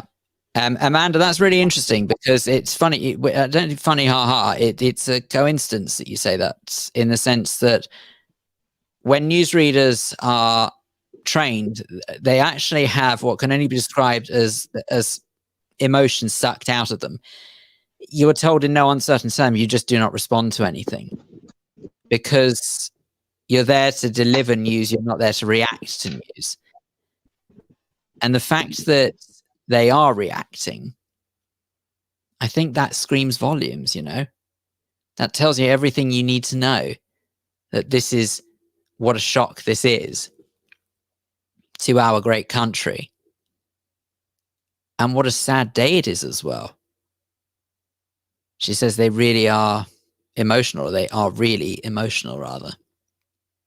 I think that we've all got a sense of sadness in the air today. It's very odd.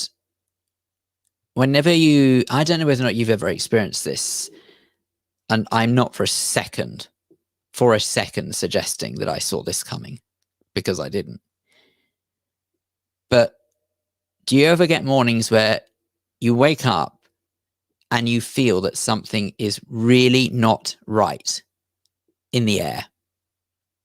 Don't know what it is. Can never put your finger on it. Something's not right. I think they call it a gut instinct, a gut feeling. More often than not, that gut instinct proves to be real. Well, I felt that this morning. I can't explain what it was. I just woke up feeling as though something was very odd with the world today. And I'll say again, never could I have imagined this. Of course I couldn't. Despite being actually in preparation for it for many weeks. Since Prince Philip was in hospital, most media companies and I'm sorry, this sounds really horrible, but it's true. Most media companies have been on standby waiting for this news, frankly, because it was arguably inevitable, but naturally we were all hoping that it wouldn't be the case. And when you think along those lines, it almost just becomes every day. In other words, we had documents, like from me anyway, the stations that I work at, there are documents around preparing you. Never prepare for this, for goodness sake. Can try, but you're never fully prepared for it. And that's why the newsreaders that you speak of, Amanda, are obviously emotional, because no matter how much training and preparation we are given to deal with this kind of news, in exactly the same way Her Majesty is, we are human. And even though it's a part of our job, I mean, I'll tell you, I recognize that this isn't part of my job normally, being behind the scenes, but even though it's part and parcel of our job to make sure that this sort of news is delivered in the sensitive way it deserves and with the respect it deserves, sometimes emotions will take over. And that's part and parcel of why I have so much time and respect for what we do at MRS. Because men's radio and women's radio, it's all about confronting emotions and feelings that other radio stations and other television stations just aren't brave enough to do. They're not brave enough because they don't think it's the done thing. But I tell you what's not the done thing, in my humble opinion, is to hear news of this magnitude and expect anyone from Her Majesty the Queen to the humble newsreader to the humble member of the great British public to just take it on the chin and to not feel immeasurable sadness. It's not possible. And the reaction that we have is human. It's fine. I would argue that it's how we're supposed to feel. And anyone who says otherwise, well, I'm sorry, but I really question sort of that sense of sanity. Why shouldn't we be upset by what we hear? Why shouldn't we feel immeasurable why are we sadness? not allowed to be upset? Why are we not allowed to be upset? I'm terribly sorry about this. My apologies. We're back. We're back. We're plugged in. Everything's fine. We're rocking. So, yeah. So that's it. Well done, Phil. I have to tell you that I somehow don't feel this background is appropriate anymore. So if we... What, the spring? Yeah. Oh, that's better. The background has changed. That's a bit, isn't it? It's a little bit. And I should stress as well, by the way, that photo is from the royal family's Twitter account. So at royal family is where that is credited to. Right. Okay. But I hope that anyone who's in copyright will know why we use that today. Yeah. But anyway. Glassy Man says, "Oh, that's lovely," and she says, "I think it's good that the Stiff Upper British Lab is showing human national TV." Yeah. Sure.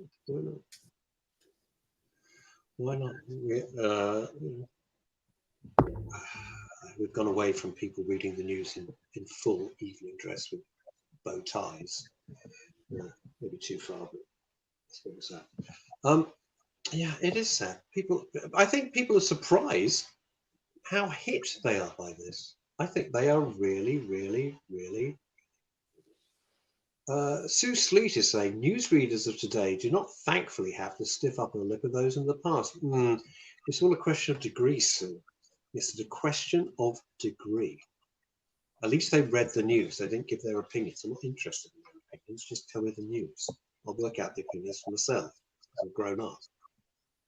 You know, I vote, I pay taxes, I drive. I'm an adult, I've got kids. So I don't need you to tell me what to think. Just tell me what's happened. I'll work out what to think. Don't need to be spoon-fed. Phil, may I say how impressed I am for the way you are both handling this? Thank you, Ed. Thank you, Ed. That's very. That yeah, is I know. very We are surround a lot because we are surround a lot because we think that life is, you know, generally pretty sad. But we take what we do. We take what we do very seriously. We don't take ourselves seriously. And I think that's that's really my motto for life, you know.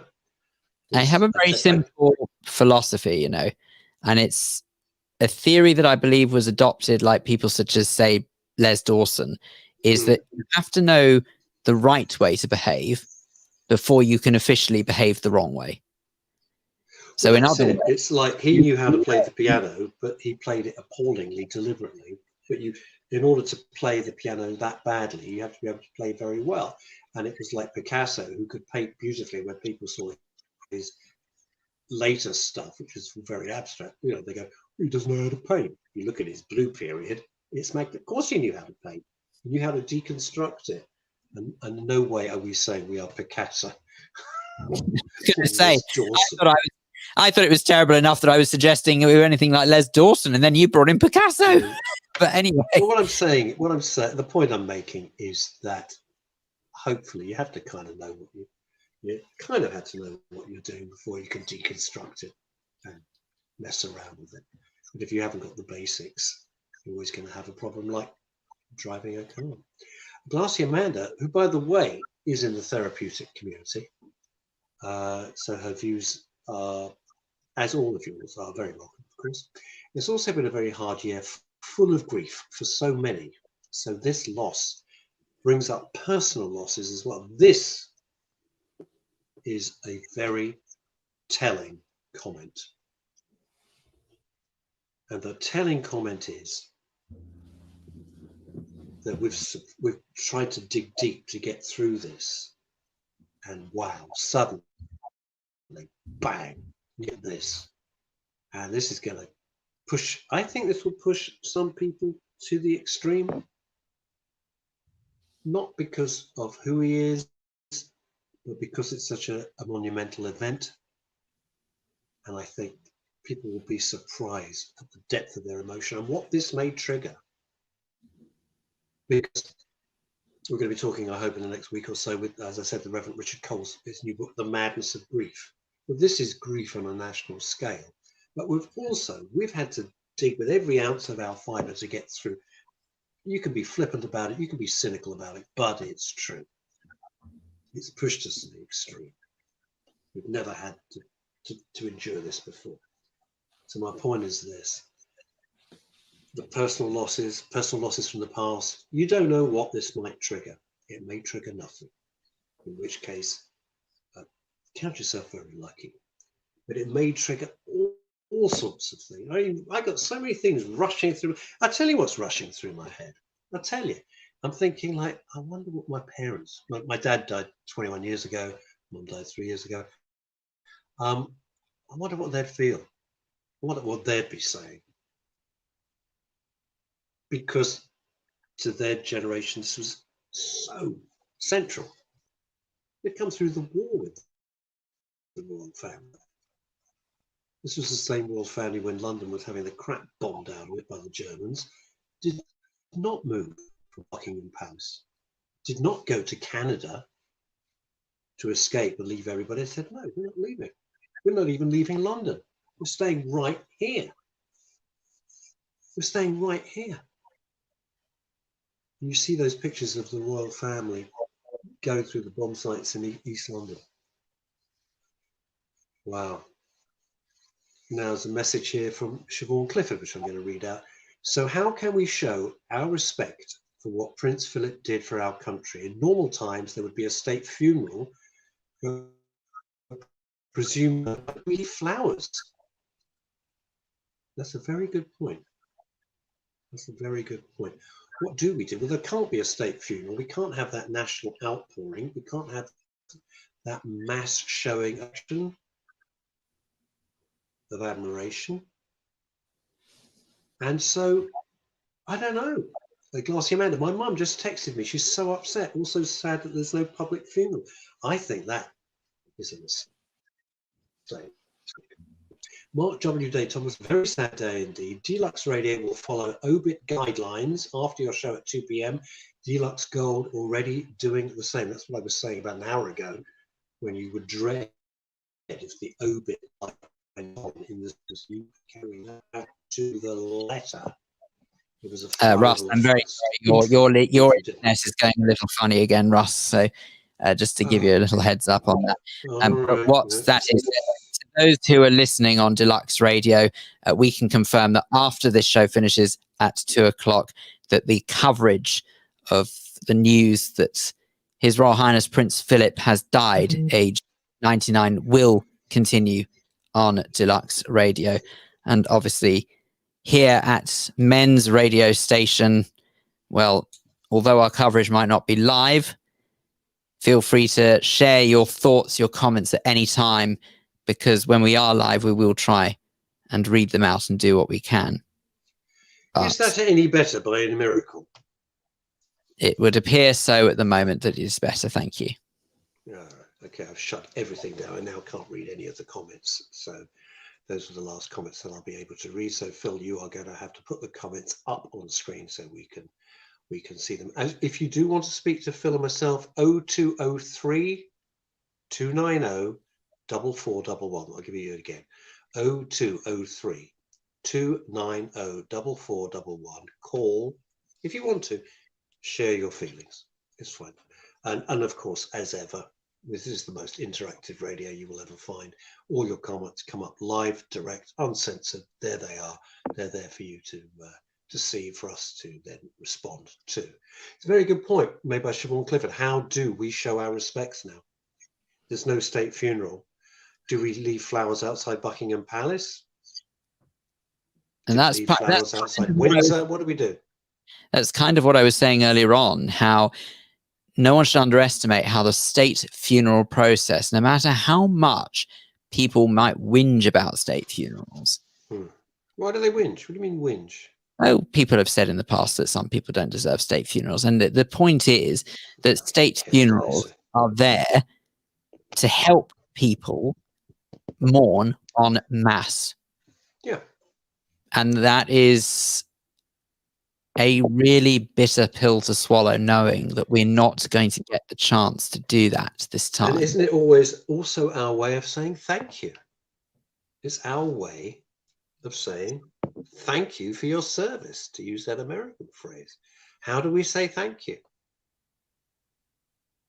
How do we show to Her Majesty the Queen that we want to offer our condolences? How do you do that? Because without that outlet, without that ability, it festers. You want to be able to do something about it. It's just another frustration in the year from hell. And that's what's, the state funeral would have been the right thing. I understand why they can't do it. I understand that. But well, that's kind of the point, though, isn't it? Is a state funeral wouldn't have been the right thing. That's exactly the point. Why not now, not in this time. No. We're at cross purposes.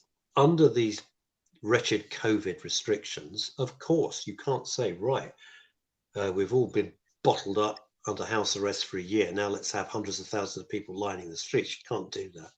I get it. Of course you can't do that.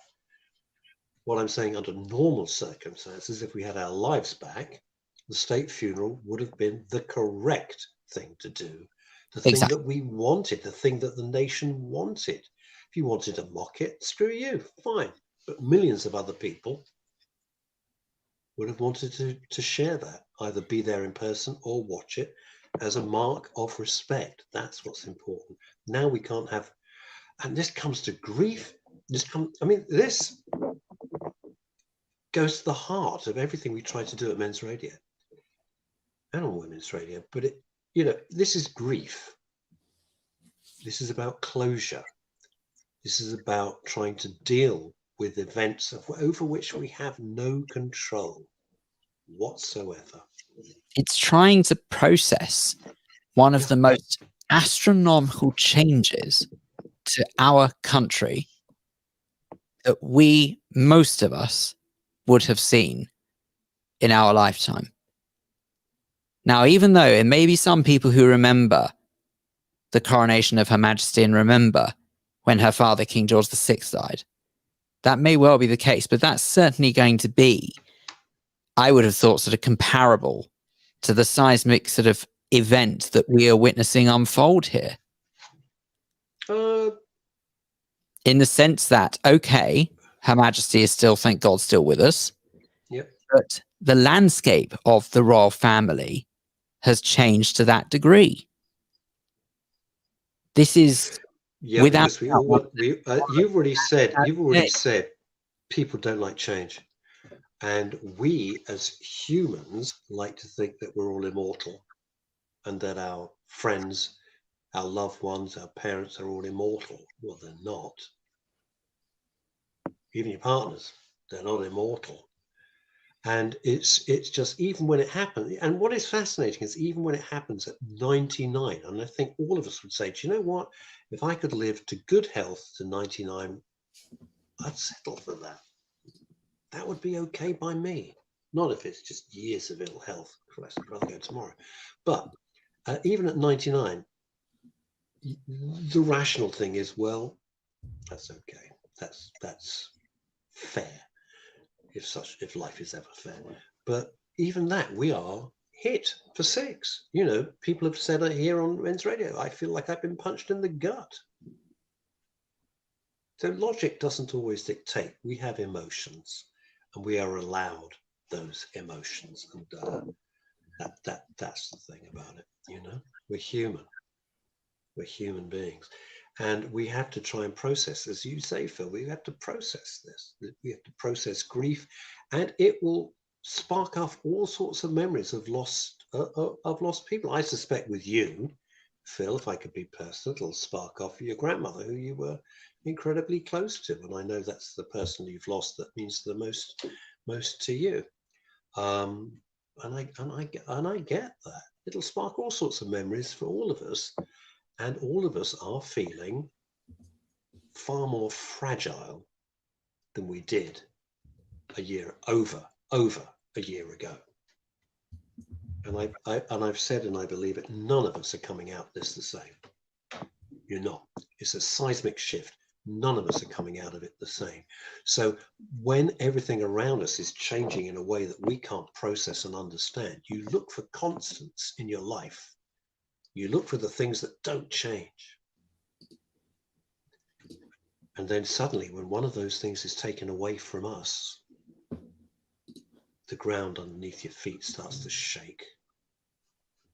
And that's when you have to dig even deeper. And that's the truth of it. That's the truth of it.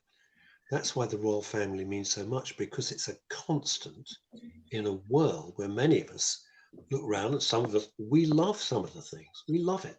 But some of it we look at and go, this is madness. This is lunacy being given airtime by people who are quite clearly deranged. And yet they're given credence. So you look for that solid, that foundation, that framework. And when that framework and foundation is removed from you, you have to dig deep and say, well, what do I now believe in? Because we don't have heroes anymore. We just hardly do.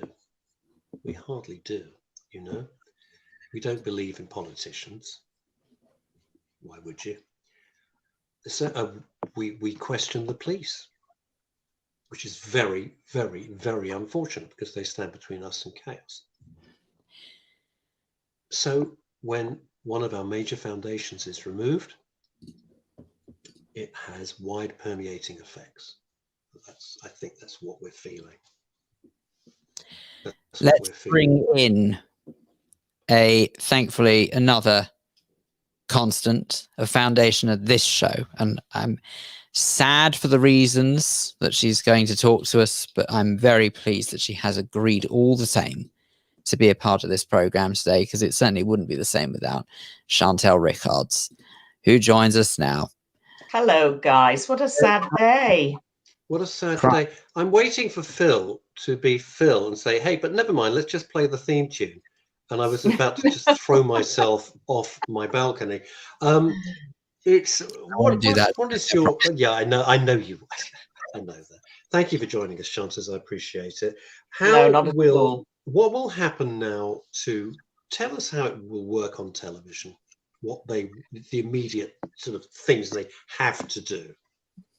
So what generally happens after? I mean, this is obviously a royal announcement, so that will have come from Buckingham Palace. I think you've seen the front page of their website, which is just one photograph of Philip with his coat of arms at the top, his title and his date of birth and death on it.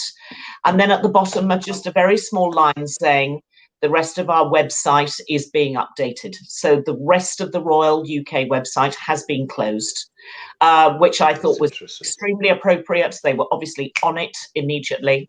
The photograph is in a black border. It's highly appropriate.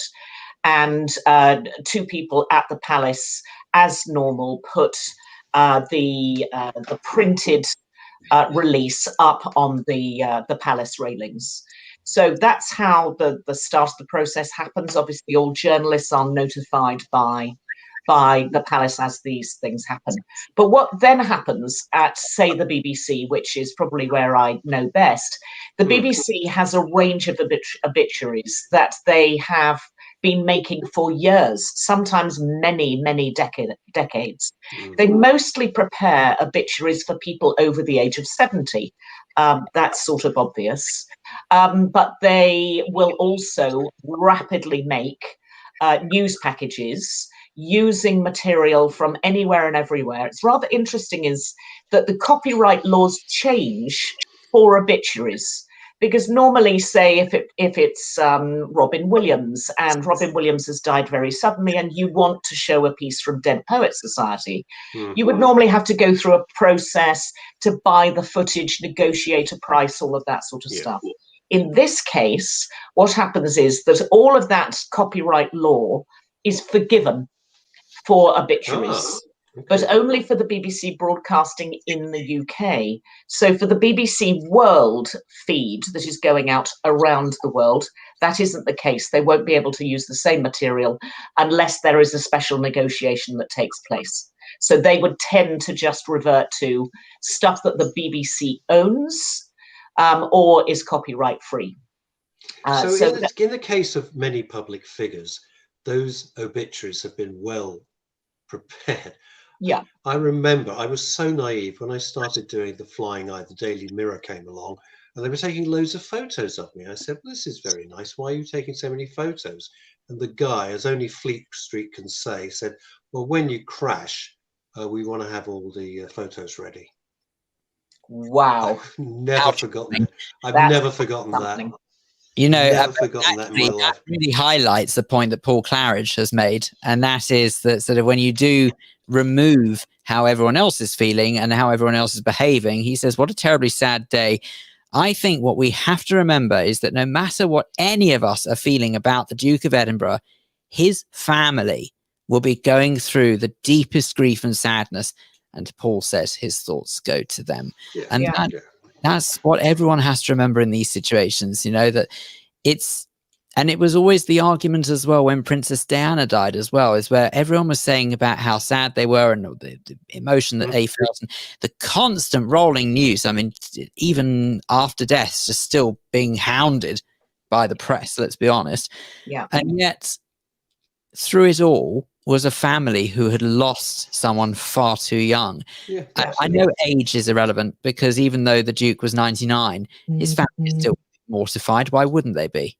Of course. No, I mean, you're completely right. Interestingly, the obituaries that had made in advance They never approach family. So family are not asked to contribute Ooh, to the BBC's obituaries, which I personally think is appropriate.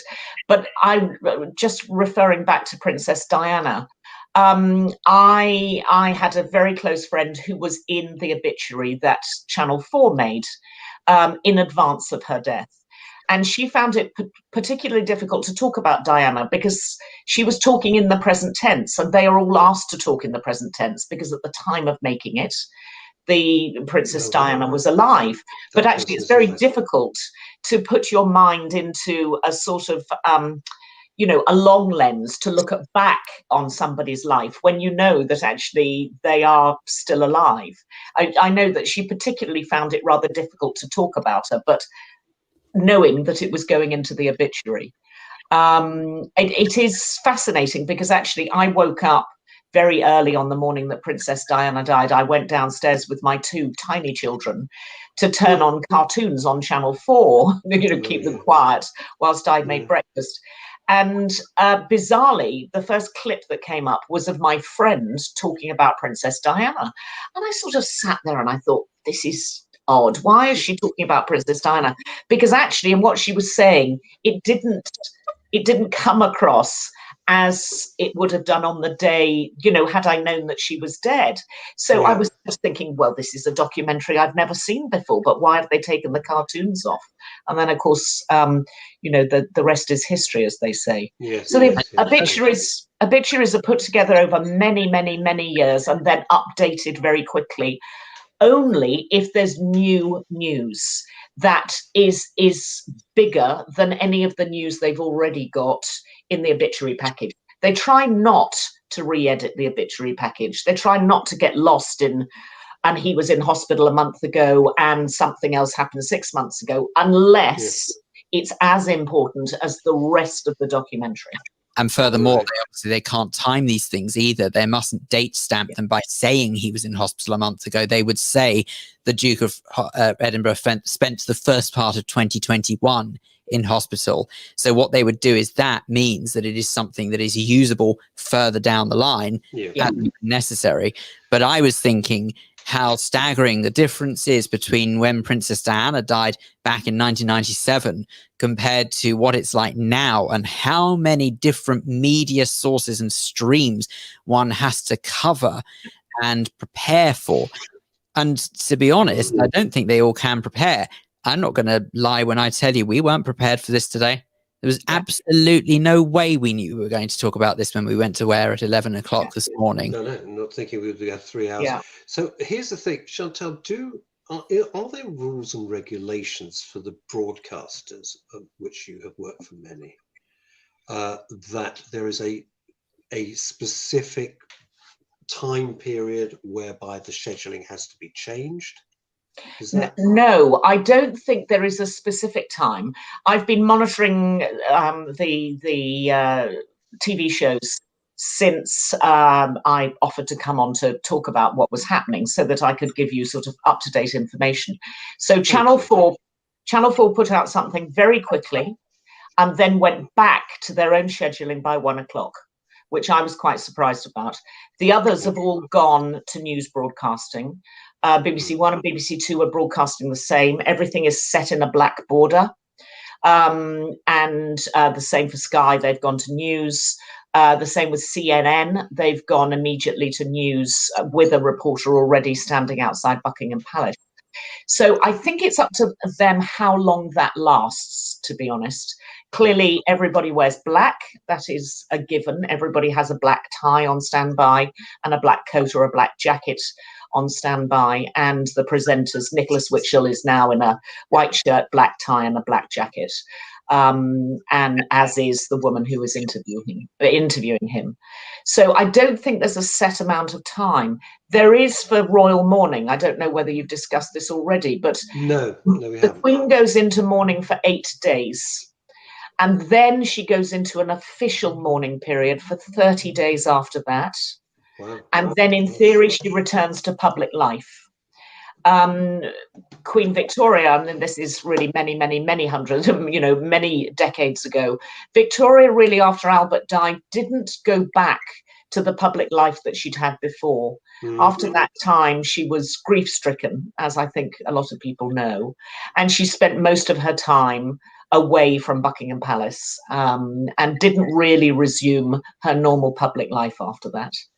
And was forever seen the depiction in black. Yes. Indeed, absolutely. So, but also I picked up on what you were talking about, the funeral, and Philip had definitely said he did not want any fuss. So he had openly said that he didn't want to lie in state, which of course most of the monarchs do, and indeed some of the royal family, but he absolutely said he didn't want to. And as I understand it, he will be buried at the Royal Mausoleum in Frogmore Gardens, which is at Windsor Castle.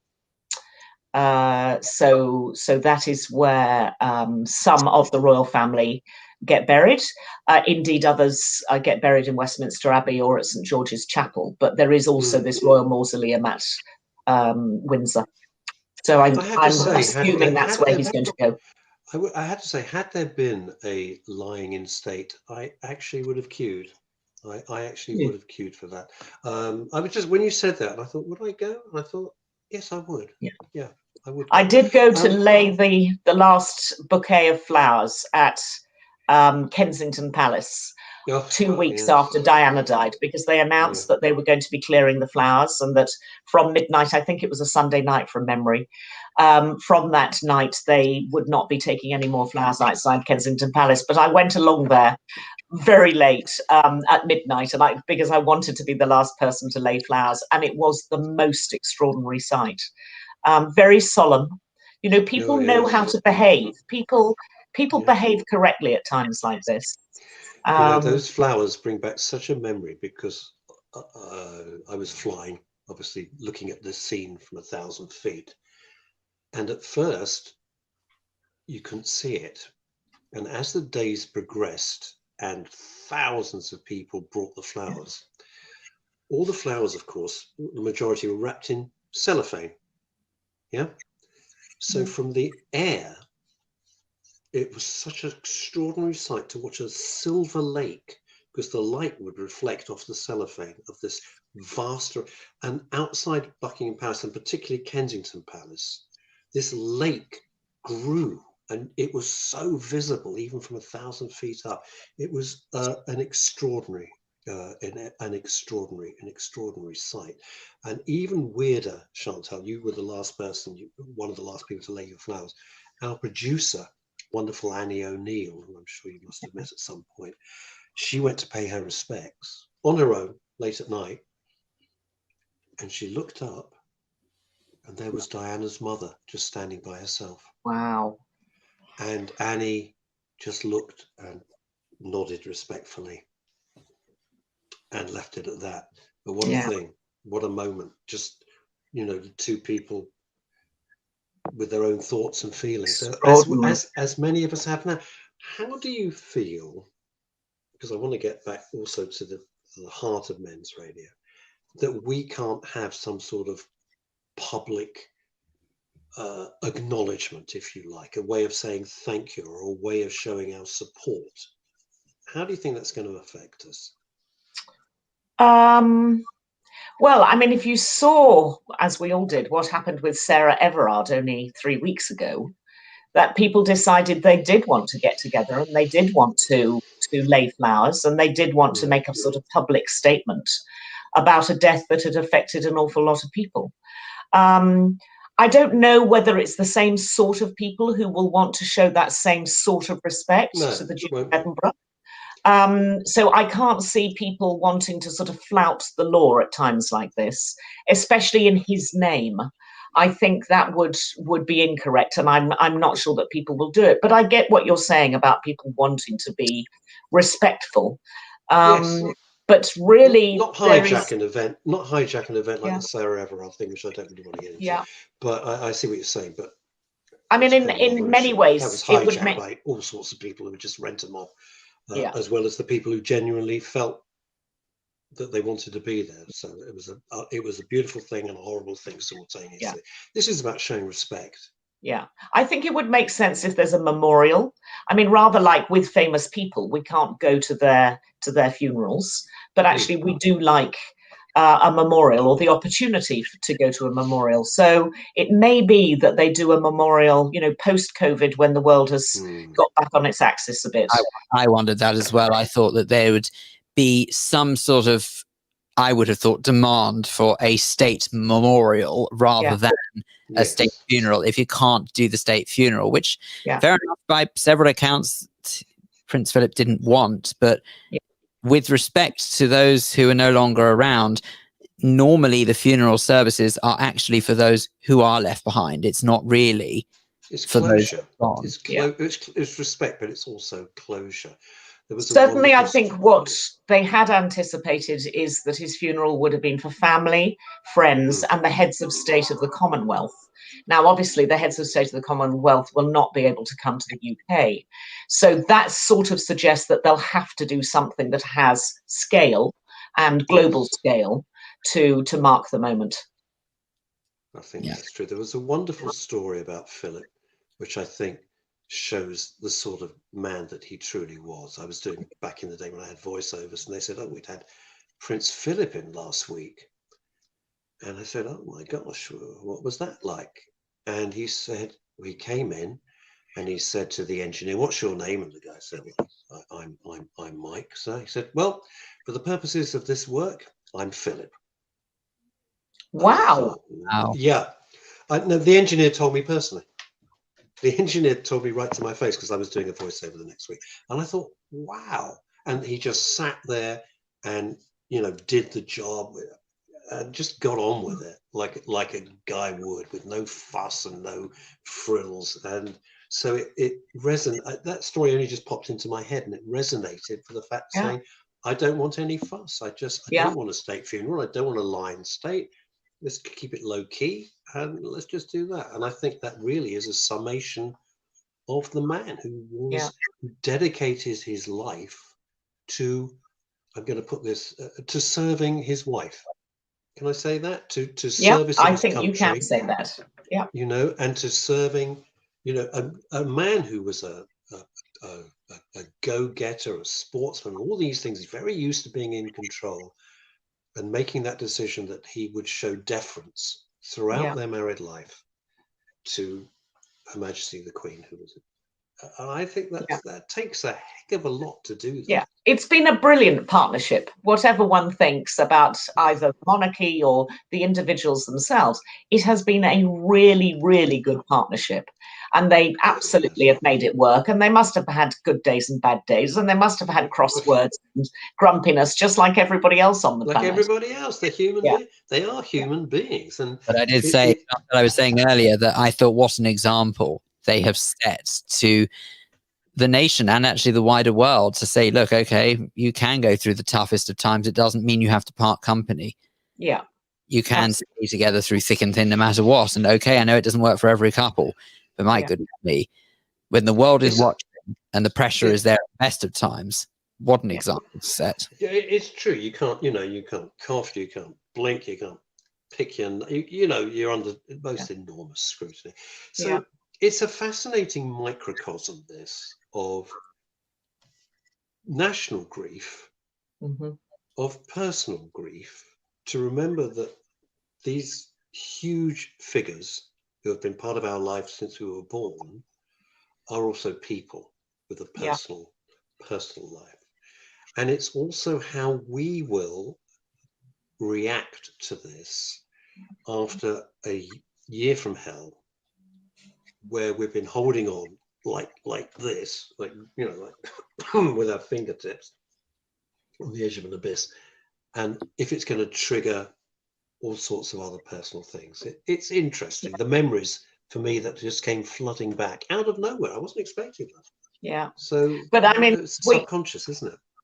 We often talk about grief on Men's Radio Station, which I think is often a kicking off point for mental unwellness and for feeling disturbed and for feeling, and it's when sadness becomes more than just general malaise, and it's a tricky moment.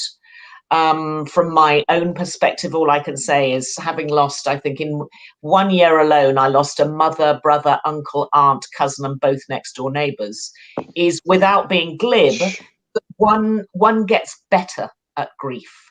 One knows the path, one begins to understand how this plays out, and generally you know that you're going to feel better eventually. And I think that's what we have to hold on to. And for those who are grieving personally at the moment, as well as, you know, nationally, whether for Prince Philip or for other people, that generally one gets better and life does get back to a different form of normality, but a better, happier place.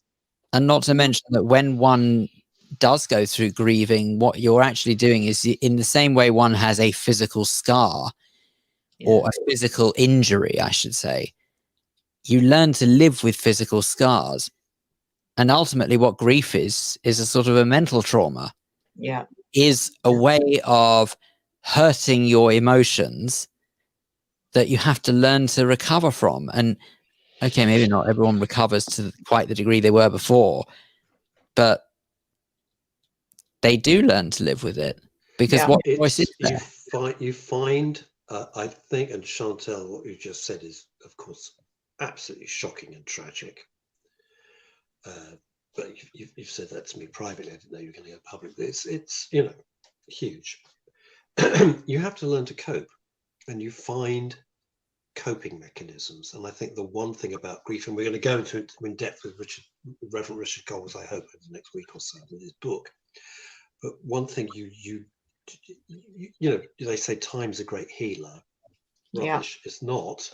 What it is, that time allows you to find ways to continue your life, which everybody would want, those you have lost would want, and you adapt and you evolve and you learn to find coping mechanisms. That's the way forward, which is not disrespectful to those you've lost. I would say, Russ, I'm not here to talk about telly today, but there is one program I will suggest that people watch. And in fact, it was on my list for today. It was the first program I was going to talk about, and it handles death beautifully. It's a program, I haven't got my notes up now because I put those away to write other notes. Of course. But it's about a Benedictine monastery, of Trappist monks who live in Leicestershire, who, the sort of the middle bit of the story really is about how they had to find ways of making new money. And they decided to build a brewery, and they brought out the first British Trappist ale. And it's not a mockumentary. You would think, oh, this is going to be about funny sort of Friar Tuck characters. So it's a monkumentary. It's not a mockumentary. But the way they talk about death, the way that death is handled, the way that they are looking forward to being in a place that is their spiritual home after death, is so it's just beautifully done. It's heartwarming. You see the monks being buried, you see them talking about their lives before they die, and it is so moving that actually I think people should watch it even more today or this weekend than I would have suggested it earlier on, because it's absolutely on message. Anyway, it's BBC. If anybody wants to find it, it's there. I guess that's the big thing about religion. I've always said I'm not religious at all in any regard, but if it gives somebody comfort and you don't fear death because you think, you know, I don't think it, but if you think you're going to go to somewhere, and it helps you get through, what's wrong with that? That's absolutely fine. You know, and if it helps you, so much the better. If you get the comfort from that, it's a very important thing, you know. And having that peace of mind is a fantastic thing. What do you think the other stations? I mean, presumably, I mean, just to broaden this, Netflix, Amazon, etc., they're not going to change. I presume. I very much doubt it. I haven't checked, but I think it's highly unlikely. They have no live scheduling. They might find some documentaries to sort of put up on the front page, which are documentaries about the royal family, so that those might bubble up to the surface. Other than that, I think it's very, very unlikely. The standard thing is when something like this happens, everybody goes to news first, and then they play the documentaries. So we'll see the documentaries being played out today and indeed over the weekend and beyond. But they'll all be getting their news first. So the first BBC online report has got quotes in from the Prime Minister, from Keir Starmer, from Nicola Sturgeon, and from Justin Welby. And of course, they will now be going further and further to get more quotes in and more reaction from people around the country and around the world. And then once they've used that pool of people, they will then run the documentaries. Okay. I'm thinking it's interesting. I'm going back to when Princess Diana died, and it was a very difficult. Obviously, we had to show respect, which we did, and on Capital. Remember, we had 4 million listeners every day across Southeast England, and we had to judge it, and it was a really tough call because you didn't. Obviously, you're playing much more mellow, much more solemn music, but you don't want to get to the stage where the audience is saying, "Well, I've had enough of this. Yeah, I come on, stop." And it really just have to judge it. And it was a very tough call to gingerly put in the first little gag, gingerly play something a little bit more upbeat. And of course, then the rest of the station followed the tone. So it was a huge responsibility, but a very difficult thing. And all the other broadcasters, the only reason I'm mentioning it is they have to do that as well. They have to gauge the mood of their specific audience, so they don't disenfranchise them and make them think, "Oh, I'm switching off. I can't listen to this anymore."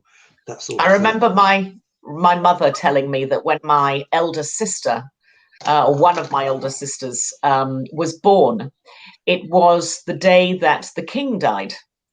And she was in hospital for 5 or 6 days, as was normal then.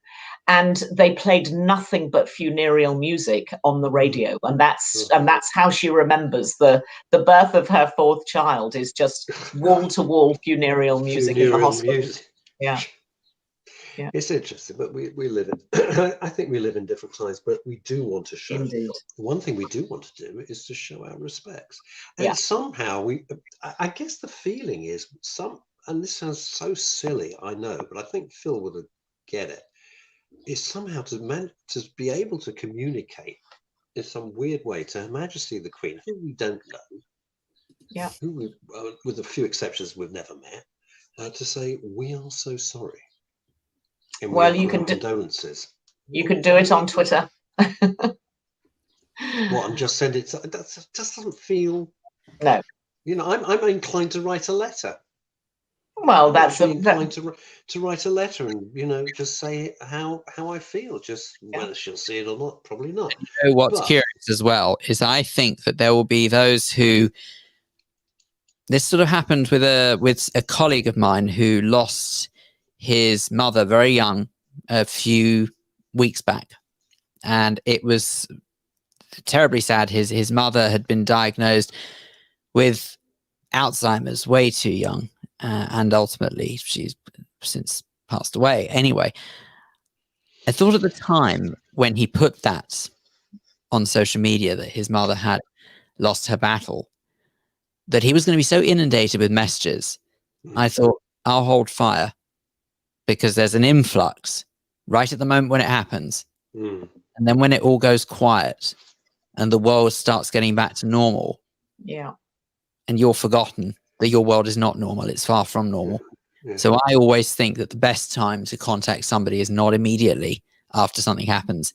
It's further down the track, and let them know that actually you are still in their thoughts. And the message I got back, which will remain confidential, proved that my thinking was right. And although we're all sad now, I think Her Majesty is going to be sad for a heck of a lot longer to come. But anyway. Thank Yeah. you. Chantal, thank Sad you. day. Yes, Chantal, thank you so much for No, joining not us at all. under difficult circumstances, and thank you for adding your far more expert view on some of the media aspects of this. Thanks so much, Chantal. Great Here is pleasure. Appreciate it. Take Here is care. we'll be able to speak to you in more normal situation. Yeah, next. with your theme tune and waving like idiots. That's what we want to do. Thank Bring you, it all back. Chantal. Okay. Bye-bye. And thank you very I just want to say thank you to everybody who has joined in. Thank you for being so supportive to Phil and myself. This was not the show, obviously, that we were planning. Lucky I didn't see Phil's message. But you've, if anything, reinforced everything that we feel about men's radio and why we're here and what we do. Thank you so much. It means more than you it means more than you will ever know. I promise you that. Yep, we'll end it there. Thank you.